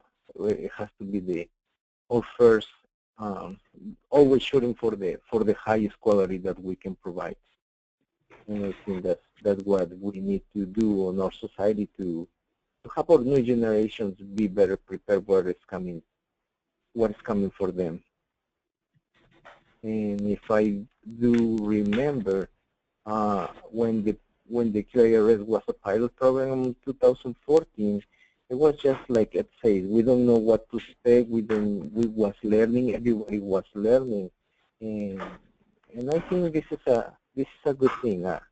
We're happy with the QIRS because it's challenging and make us commit, and finally somebody is appreciating the quality of what sets apart some chapters than others, regardless of the different styles of teaching. The quality needs to be always the best we can provide. I don't know what to tell you, but on my personal, it's been like a challenging because it makes me go back to school on the continuing education. It makes me want to keep seeking for more education, be better prepared for better communicate with families and better communicate with children, have better techniques. It's been a good thing for us. I don't know if you guys have questions about a specific on our program, but we set our program as a bilingual program, and it's in Spanish and English.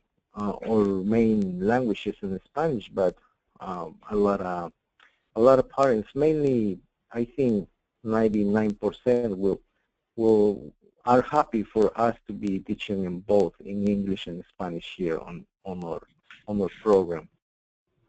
Do you guys have questions that may wanna ask? I can answer any question. Because this is Robin from the Research Institute. We talked a few times, and I know, but I don't know if anyone else knows, sort of your journey that you achieved a 3-star and moved through. Do you want to just say what star rating you are now? Did you hear me? Yes, I can hear you very well. Okay. Yes, we start with the quality of commitment. We don't feel like we was ready to submit the portfolio because we was unsure how to start. But as soon as we start doing it, digging through the portfolio, is the first step that every provider needs to do. Go and dig into the binder and see what we need to prove. And if we need to prove something, try to find a way that your program is complying with that requirement. And so we got our 3 stars first, even we feel like we already doing great work. We want to start with 3 solid 3 stars, and that's when we keep going up.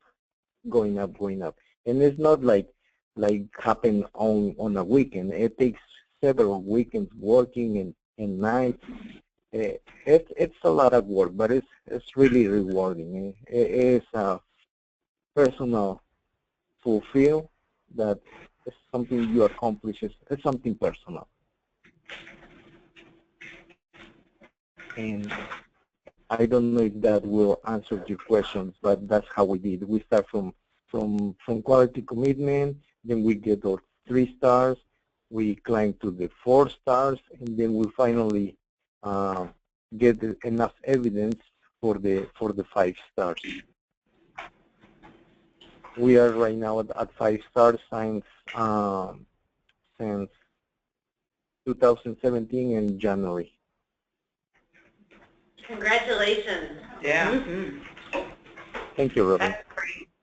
That's great description there, Miguel. Does anybody else have any other questions for Miguel?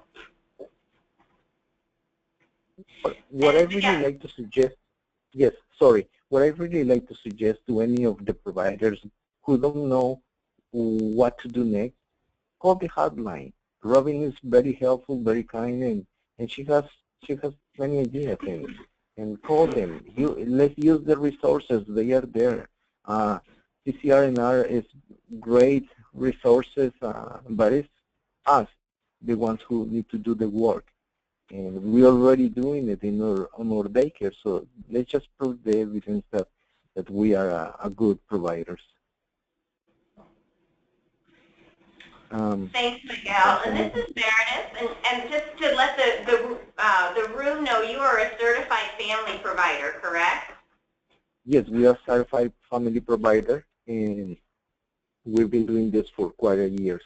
But I am fully commitment 100% since 2004 here, both working and my wife. And this is something that I like to share, that there is a lot of need of male presence on the daycares, and we feel that when we communicate on our meetings with the families, what happens twice a year, they really appreciate that me staying here is a good impact on the child's formation as a male role modeling, doing a balance with the female role modeling. They need to take from both images. It's been creating a good balance.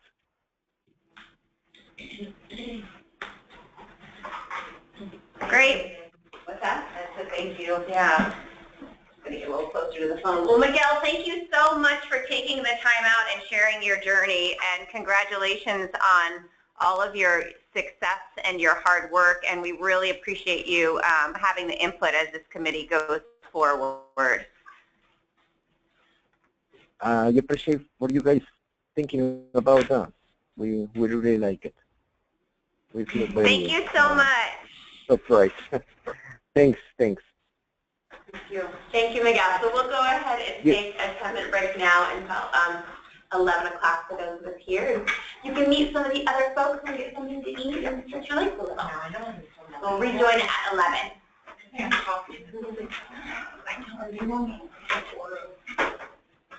Everybody have a great day. Thank you. For others on the phone, I'm going to go ahead and put it on mute just so the noise doesn't bother you.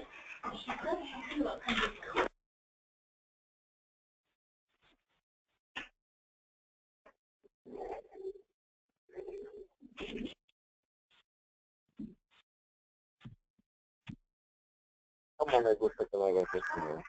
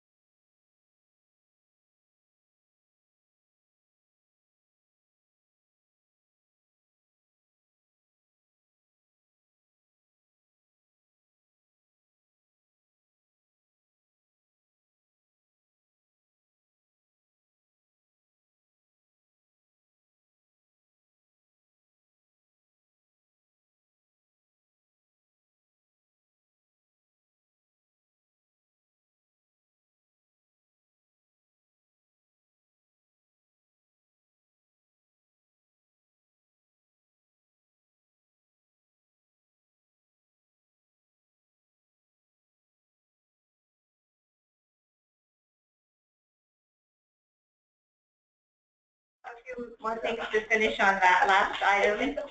And then number 4, I think that we could get out of here closer to 12, unless anybody has an objection to that. Yeah, I don't know. Wait, that means I have to go back to the office.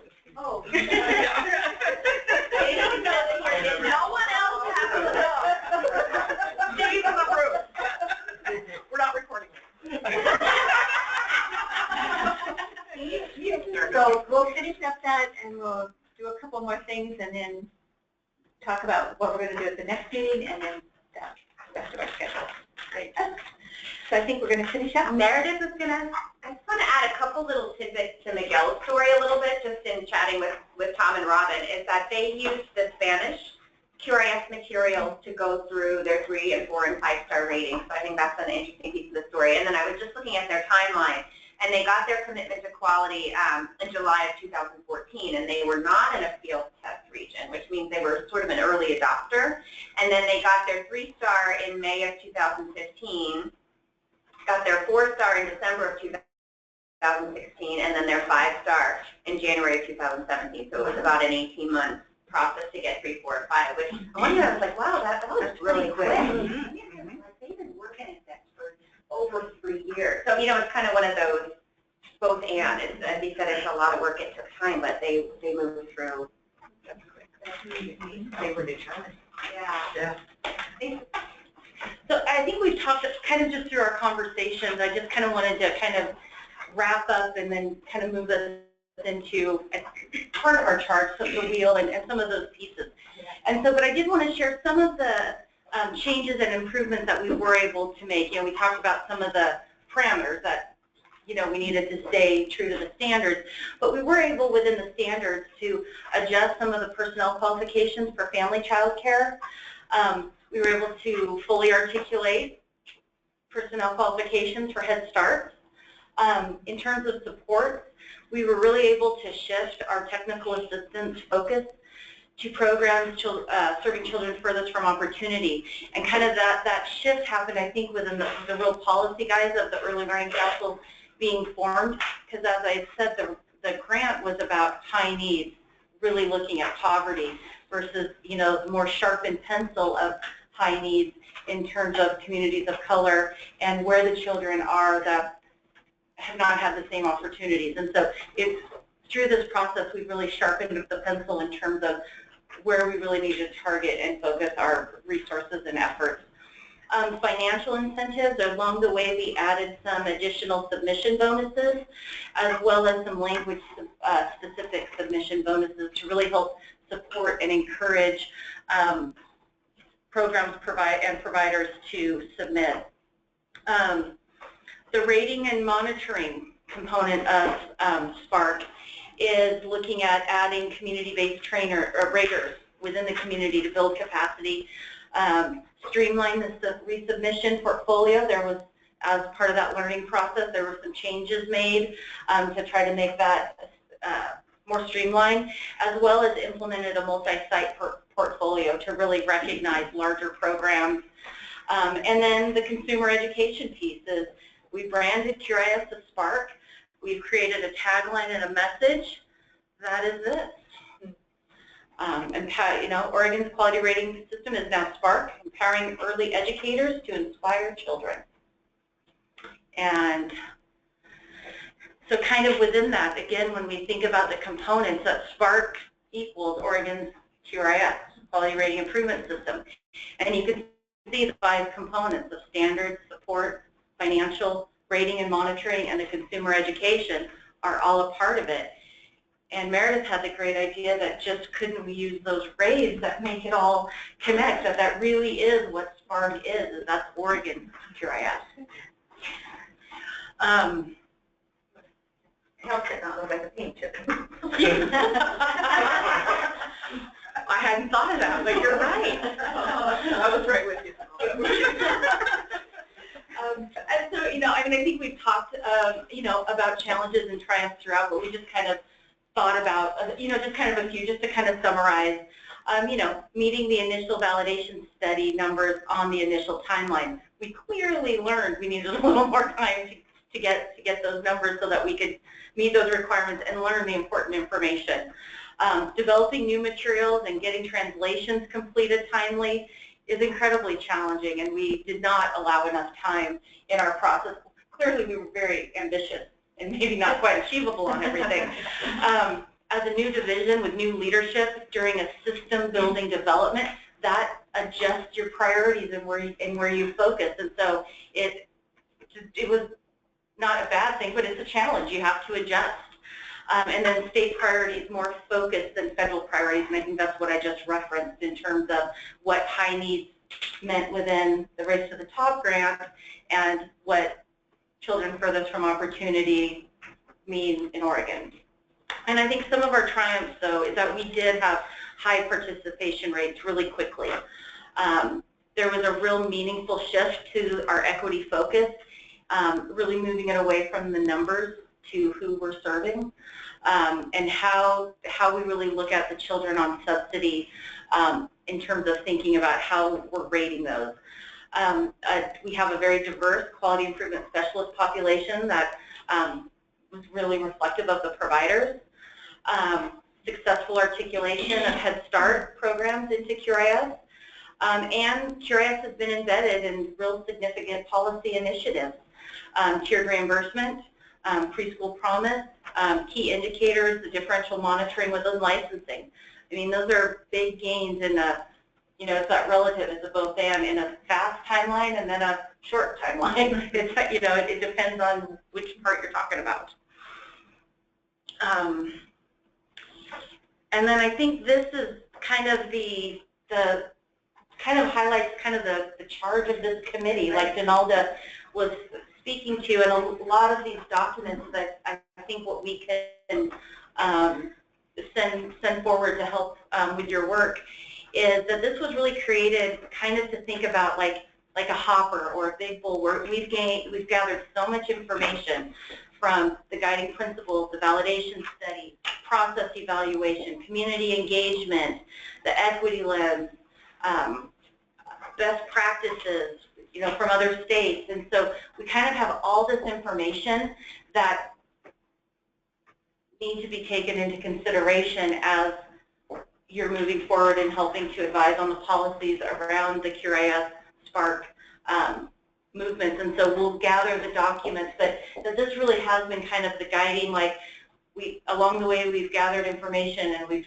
been trying to think about it, of all putting it into this bucket. And now it's time to tease out and roll up the sleeves and Get it done. yep, get her done. But it also says that these are good resources that help us, and that we're going to use them to help influence our decisions, that it's not already predetermined. Yeah, absolutely. So thank you. Any questions? It's a lot to throw everybody. Okay. So I think then our last part is now we want to start to digest some of this and then to stop. The word I have is not a good word that I wanted to say. We're going to digest it and then we're going to then present it back out. Oh, I can think it was regurgitation.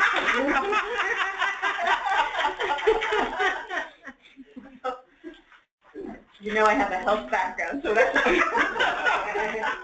I thought, what is a good term besides that? We've got all this information. We've got it in our own hoppers, and we want to start looking at how we proceed. And so we had a couple ideas. On our agenda we had, you know, we could look at the 3 audiences that are influenced by QRS, and we could ask ourselves these questions and get some feedback to start our process. We could also take this time to look at our timeline to see how we might want to be sure that we're covering all the things we want to in the right order, and then get everything in our timeline, so we could look at that. But I thought, since we've been talking to you, you could talk to us a little bit about how would you like to take this hour? Do you think it would be beneficial to look at these 3 questions?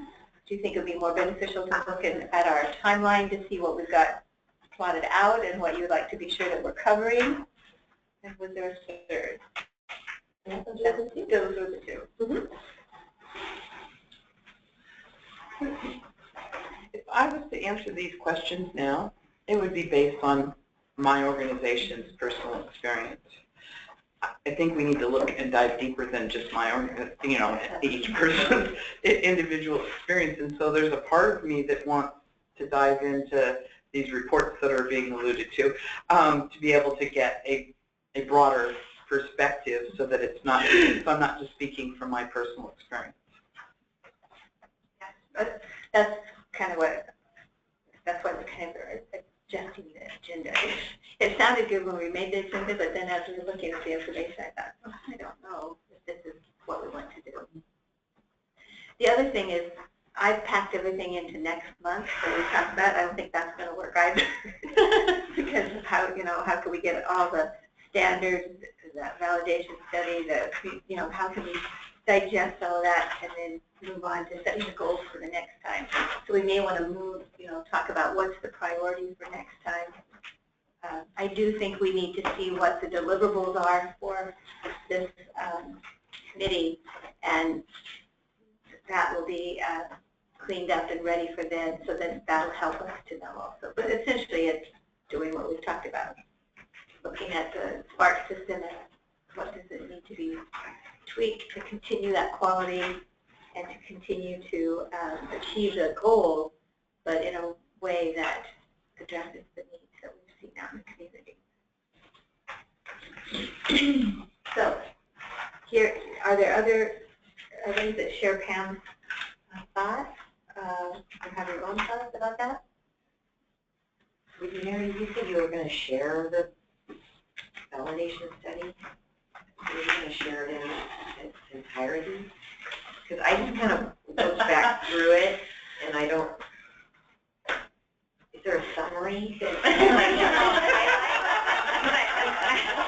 I know that everybody in this room is probably just as busy as I am, and I don't know that it would be helpful for everybody to have to read this word for word. There is some. There are certain little pieces in a couple of the charts that are very helpful. Yes, I think there's a summary that was presented, and then I would anticipate getting the summary because I am just like you. Where is this summary? Well, I mean, I was on the committee, so I mean, so your knowledge. I was in the midst of it, and it's good information, and there was good data, but as far as being meaningful to our work, I don't think it's necessary to read all of it. No, I think the key points were pulled out for the presentation to the Early Council, and I think those would be great things to share with the committee. You can have the whole. You might not want to print the whole document. A question, yeah. So next on our schedule here is feedback session, given the 3 audiences for QRIS, and I feel like you mentioned something about the community engagement sessions that have already happened and what their feedback that has been, and has that been compiled into a digestible report, and could that information be shared with them? Yes, that's the other thing. The validation study is the community engagement survey.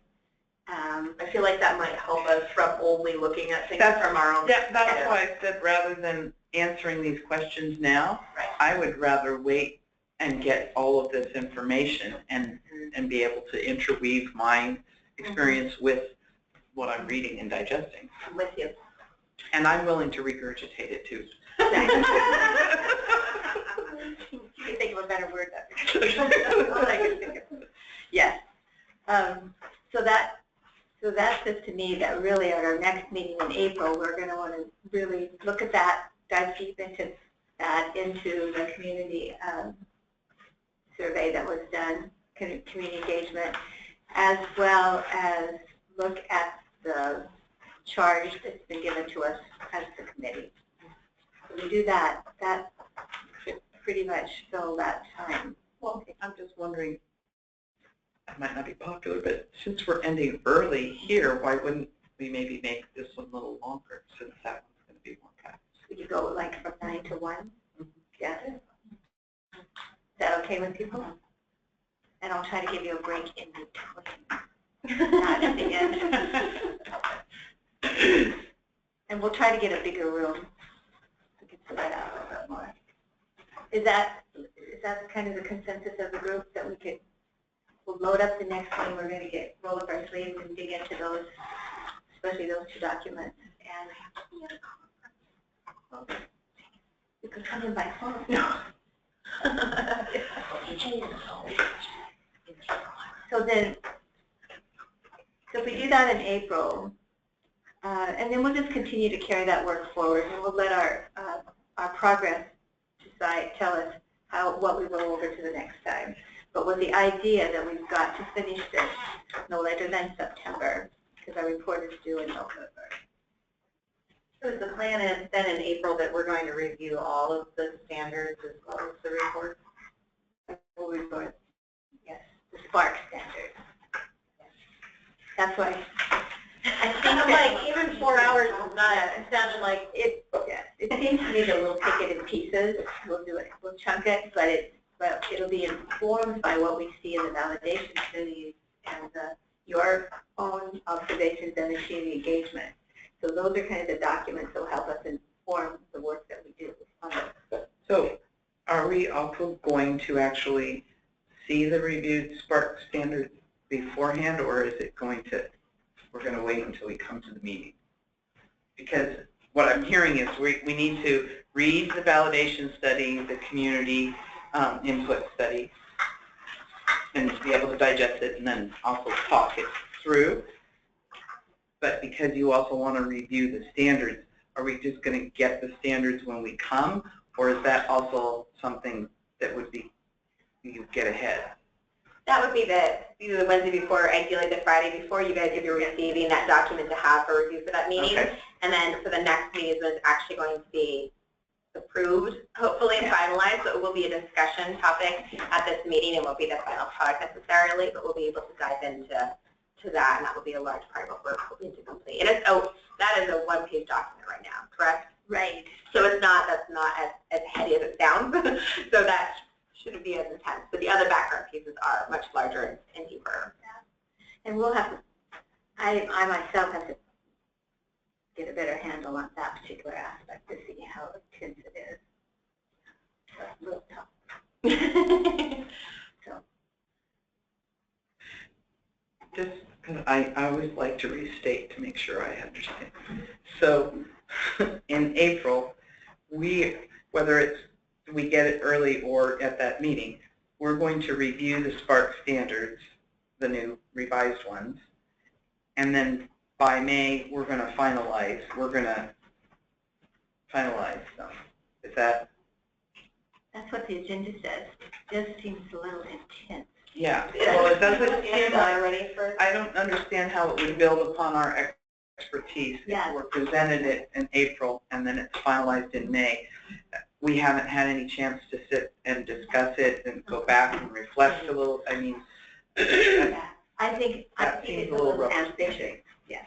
Just like we didn't have the validation study and we didn't have the others, so I think that's what I meant by I think it's going to push stuff down. And I think it's important that, while what Pam said is that we don't look at it only with our own lens, there's a reason why you selected everybody that's in this room, and that there's an opportunity to share those experiences as we review and come to a final product. To me, it's like we're going to just dissect it. We'll take step one, and we'll all look at that and see from our perspective and from what we've got from the validation study and community input, and then we'll say, okay, given that, what should this look like? And then we'll just progress. We just don't want to get to September and have like the last 5 meetings. No, that's going to be Sean and my responsibility to be sure that we'll give you a longer meeting before that. No, we should be able to pace ourselves, but I think right now we've got to get get the information to be able to do the standards. We need to use the tools that have been crafted and digest the information from that. When I saw the validation study, I thought, wow, this has really got some good information in it that will help us validate what some people have been saying we need to be doing. It really did do its job in some of those areas. Of course, I looked at the areas that I was most interested in, but but we will look at it in total but I don't have a good handle for how it's going to progress, truthfully. We just know this is what we need to do. And that's one of the pieces that we will be working with as well, is that the Equity Implementation Committee also needs to be kind of kept pace with our work and staff, and so they can provide input and feedback to make sure that we're keeping those concepts. And it sounds like we have expertise in this room also to look at that, but to also make sure that we're keeping in step with the goals of the Equity Implementation Committee to do that. So we'll also be working in meetings with that committee and then feedback from there. So there'll be like an extra step in some of these pieces to bring into that committee as well, that we'll just work in. And like some of it, like if you look at June and talking about the final professional development domain, I would anticipate we'll be addressing that a little bit sooner, just from the discussion we've had. So I'm thinking that really April is going to help us kind of chart the course, because we'll get a feel for how it goes within us and which direction we're going. Because I think from what I picked up, we've got a lot of people that have some like interests, maybe a different setting, but we have like interests. And so we can see what those interests are and how can that be reflected in this particular standard or item. Can I ask for a little preview on what the implementation team is thinking? How are they thinking that this will still be useful for school-age programs? I think that's all part of the conversations that we need to have. I don't know if there's been a conversation or not, but. And what I would say is, we're talking about a quality rating improvement system for Oregon, and we say early childhood. In fact, we've had this discussion about this early childhood. Is that too limiting? Yes, we want to emphasize the early childhood, but is that too limiting? Well, you know, if we think about Oregon's definition, I think is up through grade 3 or up to grade 3, age 8. So that includes what we think of as school agers. But we also talk about the equity and access and the kids furthest from opportunity, as we're sort of defining as those who receive subsidy. That goes up through age 12. So those really are school agers. Right. So there's, as Meredith knows, she's been on part of this other team where there's national discussion about what are quality standards for school-age programs. And 21st century programs who are federally funded after-school programs are having this discussion. So I'm just curious about the intent of the implementation team and how they, because I look at all the branding and it talks about early educators and I hate to be that person in the room who's saying about school age, but I think that's why I'm here. So. Well, and I can say that it was intentional that you're here, the other age groups, and also beyond. Attention all staff, the mountain man vendor is in the lobby.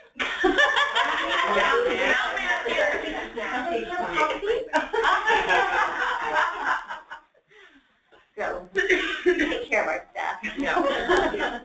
It's payday, that's why he's here. That's the truth about it. I lost my train of thought with that. But I think that we want to look at that. Also, I know that the Early Learning Council, we're looking at the hubs as well. I mean, hub issues come there, and hubs are dealing with the same thing. We're talking about this continuum of service, and this is an opportunity for us to address that continuum. And not that we'll change the world tomorrow, but we can start helping it on its axis. But it was intentional that we have school age, and that we have this cross, that we don't have the usual suspects. That's why we've got the Y, we've got other groups, because we want to get that perspective. It's building and developing, and we don't want to ignore that. So you have to keep telling I'll keep saying it. That's how we got to here. I mean, when you think of Don's presentation, how many we had about 3 different entities that were working on quote quality, and how were we going to get there? And it's an evolutionary process. And I think it really started as a microcosm, and then it started growing, and then it was the child care definition for quality, and we said, well, when we have to have all the school, and we had this framework. So we started putting all those pieces together. That's what we're going to do here as well. And make it easier to use, still maintain the quality, and have a win-win solution. We are ambitious. We are ambitious, and get it all done. Okay. So, but I've got, and we also need some of the issues that came up today too, or the alignment of the entities that kind of came up, you know, alignment of licensing with Spark and what the personnel issues, that those still are kind of hanging out there. So there's that, the reimbursement issue came up, you know, what things drive something. Sometimes if reimbursement drives it in a negative way, that's not positive, or overwhelming in the school issues. So those also seem to be threads that are going to be woven through some of our work. Because we don't want to just do work that doesn't meet the needs of what we've identified. Does that make sense? So we'll keep that in mind as we start in April. Any other thoughts? I think this is really valuable, the high-level picture pieces that you're pulling up. Again, it's like getting outside of just individual programs, but that bigger picture. So if other people have like big picture things we need to make sure we're paying attention to in our work plan and in this conversation to leave room for, like this is a time you can bring those forward as well. It's kind of like, I like to do it. Kind of like we've got all these pieces to the quilt, but we've got to have the threads to pull it together. Some of these threads will either make the quilt or break the quilt or tear it apart. Can I don't, this isn't a big picture thing, but it is something that is related to your linking between different agencies and organizations. So our fire department had input that that superseded the certifier. And so there's a linkage there that you don't even think about too. So I wish the fire marshal. The department also. Yeah. We're having a discussion about an adult bathroom in with this classroom because the adult bathroom is around the corner. So what I thought the building department was going to get on our way. So, yeah, I think this is related, is that my understanding is that licensure is going through revisions as well. And so how are we going to stay abreast of like that and how it then links to QRIS? So, I mean, there's a lot of revision that could potentially impact this. So So we are actually linking that together as well. We have the system alignment work group that brought up a lot of stuff from QRIS, which probably should be a document that is shared. I had one other document as a question mark for me to be able to think through.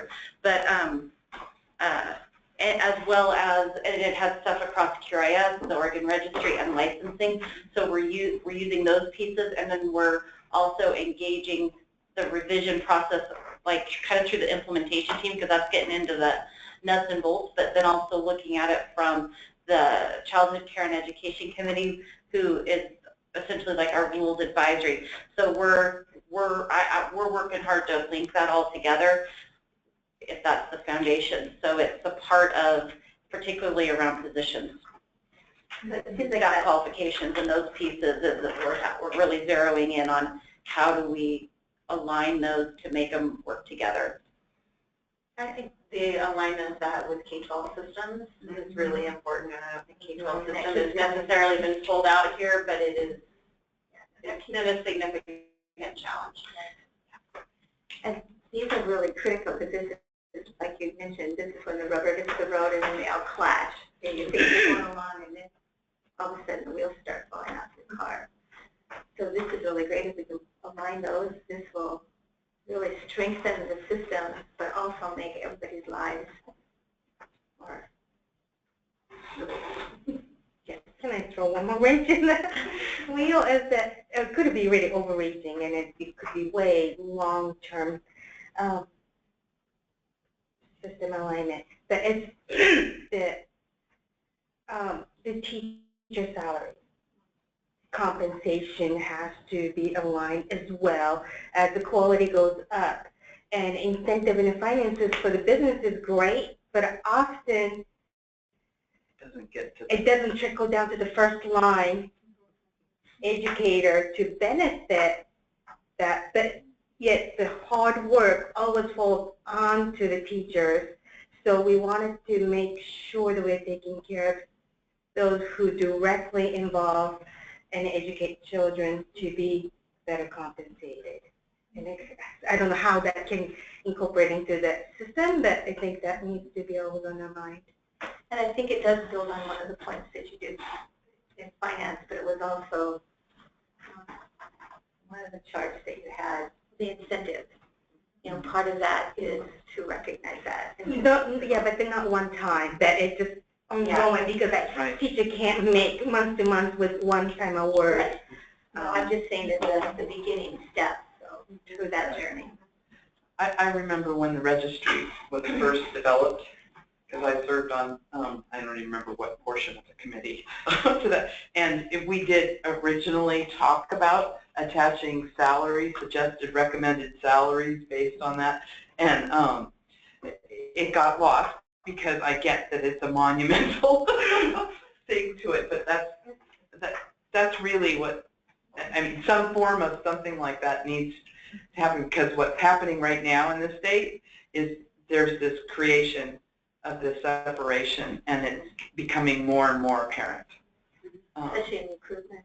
Yes. And I guess it kind of all ties into all of this, and it has to do with schooling.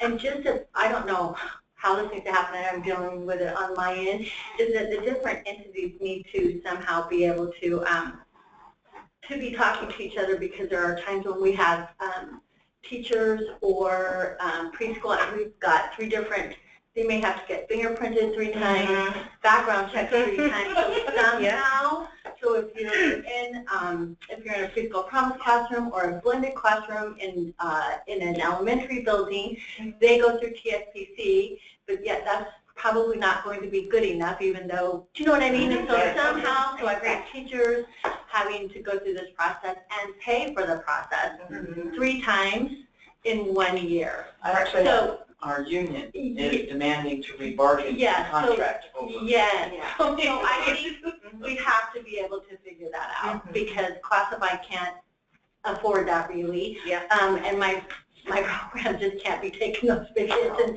so it goes across all different sort of levels, but I think it needs to be addressed. It's kind of like addressing multi-centers when it was just one. So it's kind of looking beyond. And really, we don't want to lose those partners. We want them engaged in the process, not deciding to back out of the process. And we want that whole continuum. We want to be able to go from 6 weeks old to K-12. So. Oh, I think we have enough to start with then. Actually, like what she was saying, you've got to be really careful about the pay versus like where you're at on the thing, because especially with family child care, we're paid 3 different rates. So when you have a, you can't really base, it's really hard for us because, Oregon's minimum wage is the same, but depending on what rate area you're in, you're making huge difference in pay for family child care providers. So it's not fair to say, everybody needs to pay this rate when you're in rate area C and you're the lowest paying. So it's $550 back. The zip code thing is crazy. That's a terrible, that's what I'm talking about. Coming from another state, it makes no sense. No. And how many have a county where there's one place that's got an A rate and the other one that's got a C rate, and they're 15 miles apart? It's nuts. Yeah, well, we have several that are in the rural areas but are star rated that are comparing themselves to, programs that are not star rated and don't care to be. So, and they make way more. So what we could do is, those are the kinds of things that we could put over to the parking lot.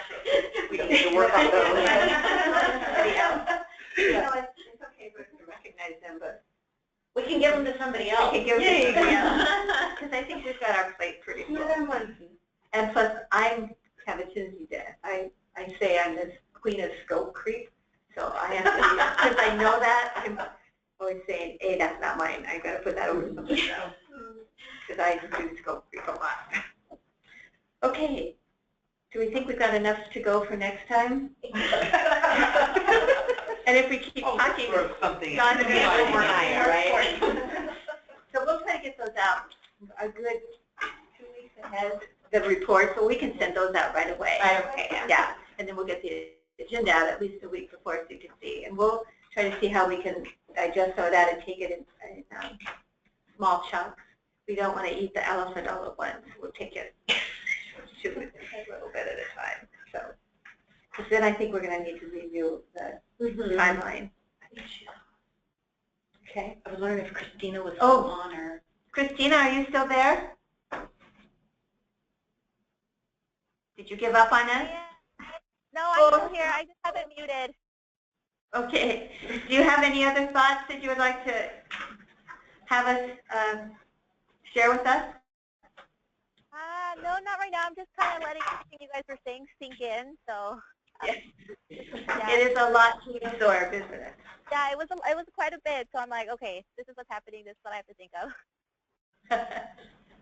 Okay. Well, I think that was there agreement that we'll do 9 to 1 next time because of this, and then we will start with the things that we identified, looking at the alignment, looking at reimbursement, but we'll also look at those documents that we've received and see what kinds of, probably what we want to do is pull the pearls out of those to say, okay, which are the things that we don't want to lose, and how do we want to get that integrated so that we can identify those like things, and then move to the next step. Would it be helpful to add a couple tentative dates just in case you're kind of seeing like the spread of a month, more maybe a shorter time, maybe it's a 1 to 2 hour conference call, just in case you kind of see like there's an influx of a lot of things going on and just don't have that held. I don't know if that's helpful, because it just seems like to cram everything in between now and September just feels really tight, and just knowing that as more and more things kind of get added to that I hate to run out of time.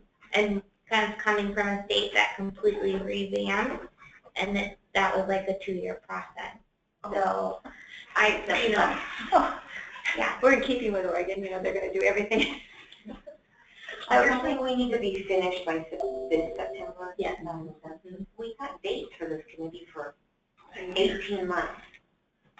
Oh, did I accidentally do it through 2018? No, Yeah, it said 12 to 18 months, but the work oh, thank plan you. only doesn't say 18 months. The work plan doesn't, but Yeah. but what we got was that we could go to 18 18 months. If we, I think we might be in a position to think about that when we meet in April, because we'll see what our workload is. If people can think, okay, we may need to put in conference calls in between. Also, I know with some of the committees, they don't meet face-to-face each time. But at this point, it looks like we may need to do that. And then we can say if maybe a couple in between might be the phone time. But I think we'll have a better feel for what our workload will be, and then we can parcel it out. I know for myself, next month I won't be able to do face-to-face. So that's why I was hoping this would be the time where it was kind of the heavy, because I don't think that, as far as travel goes, it wouldn't be in every month to be able to come here. Being on the phone, definitely. But, so could you come in by Skype? Yeah, I'll be on. I don't know. I have no idea what my computer is capable of doing. But just knowing that time frame of traveling every single time may not happen. I do know for those that are close to OCD centers, we do have video conferencing. And I know that's how we meet with one of our parents for 6 hours by video conference. So that is a possible. We can practice some of the technology too. Yeah. If you want to ahead of time, it seems to work pretty well today. Yeah. Okay. Well, we'll think about how we can engage you, but not have to have you on the road. It would be nice actually to be able to see it. I mean, versus a phone, it's hard to remember that Christina's there. versus even her image. If her image was up there, it would be easier for me to remember that Christina's there. No, I'm here. I'll rearrange my tablet next time so I can get my camera to actually focus on my face, because right now my tablet's behind my screen, so I have to just kind of rearrange my desk. And Christina, this wasn't against you. It was just, I just find that I work with other committees, and it just, I found that it is easier. To keep them engaged if you can see them. Yeah. Yeah, no, that's what I'm realizing too. Yeah. There's just so many voices. I think it'd be easier if I saw the room, you know, than saw who was speaking. Yeah. Right now I'm trying to concentrate. I'm like, okay, who's speaking, who's saying what? Oh, and I'm sorry, we should have identified ourselves when we were speaking. I'm sorry. Didn't think about that. Okay, well, I think we've got a bunch of work to do, some planning to get this digested into good pieces, and then have a better plan in April. And then you'll have all this information too to get a better feel for what you think, the depth of what we're going to do, and then we'll phase it out. Okay, I look to you because you're going to help. I'm totally going to help with that. That's why I'm here. That's right. I needed a takeaway question. As I work with all of my wives, some of them have been successful with this process and some haven't. When I come back to them with advice on next steps, do you recommend that they try this process again or wait until some of these new guidelines are out, maybe start next year? What's your advice for me to go back to them? We're all looking for That's a question that many programs are asking, and because this timeline is dependent on so many things, if programs are ready, moving them through now. If there are significant barriers, or they know, I mean, sometimes why their after school programs change so quickly that it might not, that would be the only time it wouldn't be worth it. But we really think about this quality improvement. And so they have children in their care right now. So continuing on that continuous quality improvement journey is never going to be a bad thing. I think we're building off everything that we've learned. And so even though it is this worrisome, well, what if I'm doing work I don't need to do? It's really work to do. If you were doing quality improvement, you're benefiting the children in your program now. So that's the advice that we give. Continue working. And we might think about the example of the last couple. They started 2014, and just they did it in chunks. And so that might be, what is the comfortable chunk for them to get to?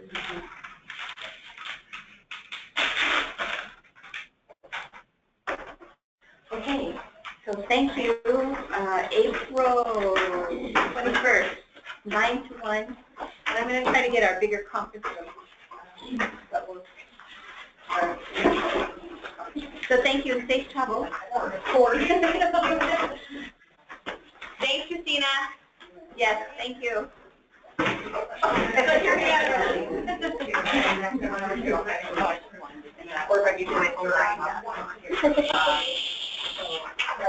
Thanks, Christina. We're going to hang out now. Bye. Have a great weekend. Bye.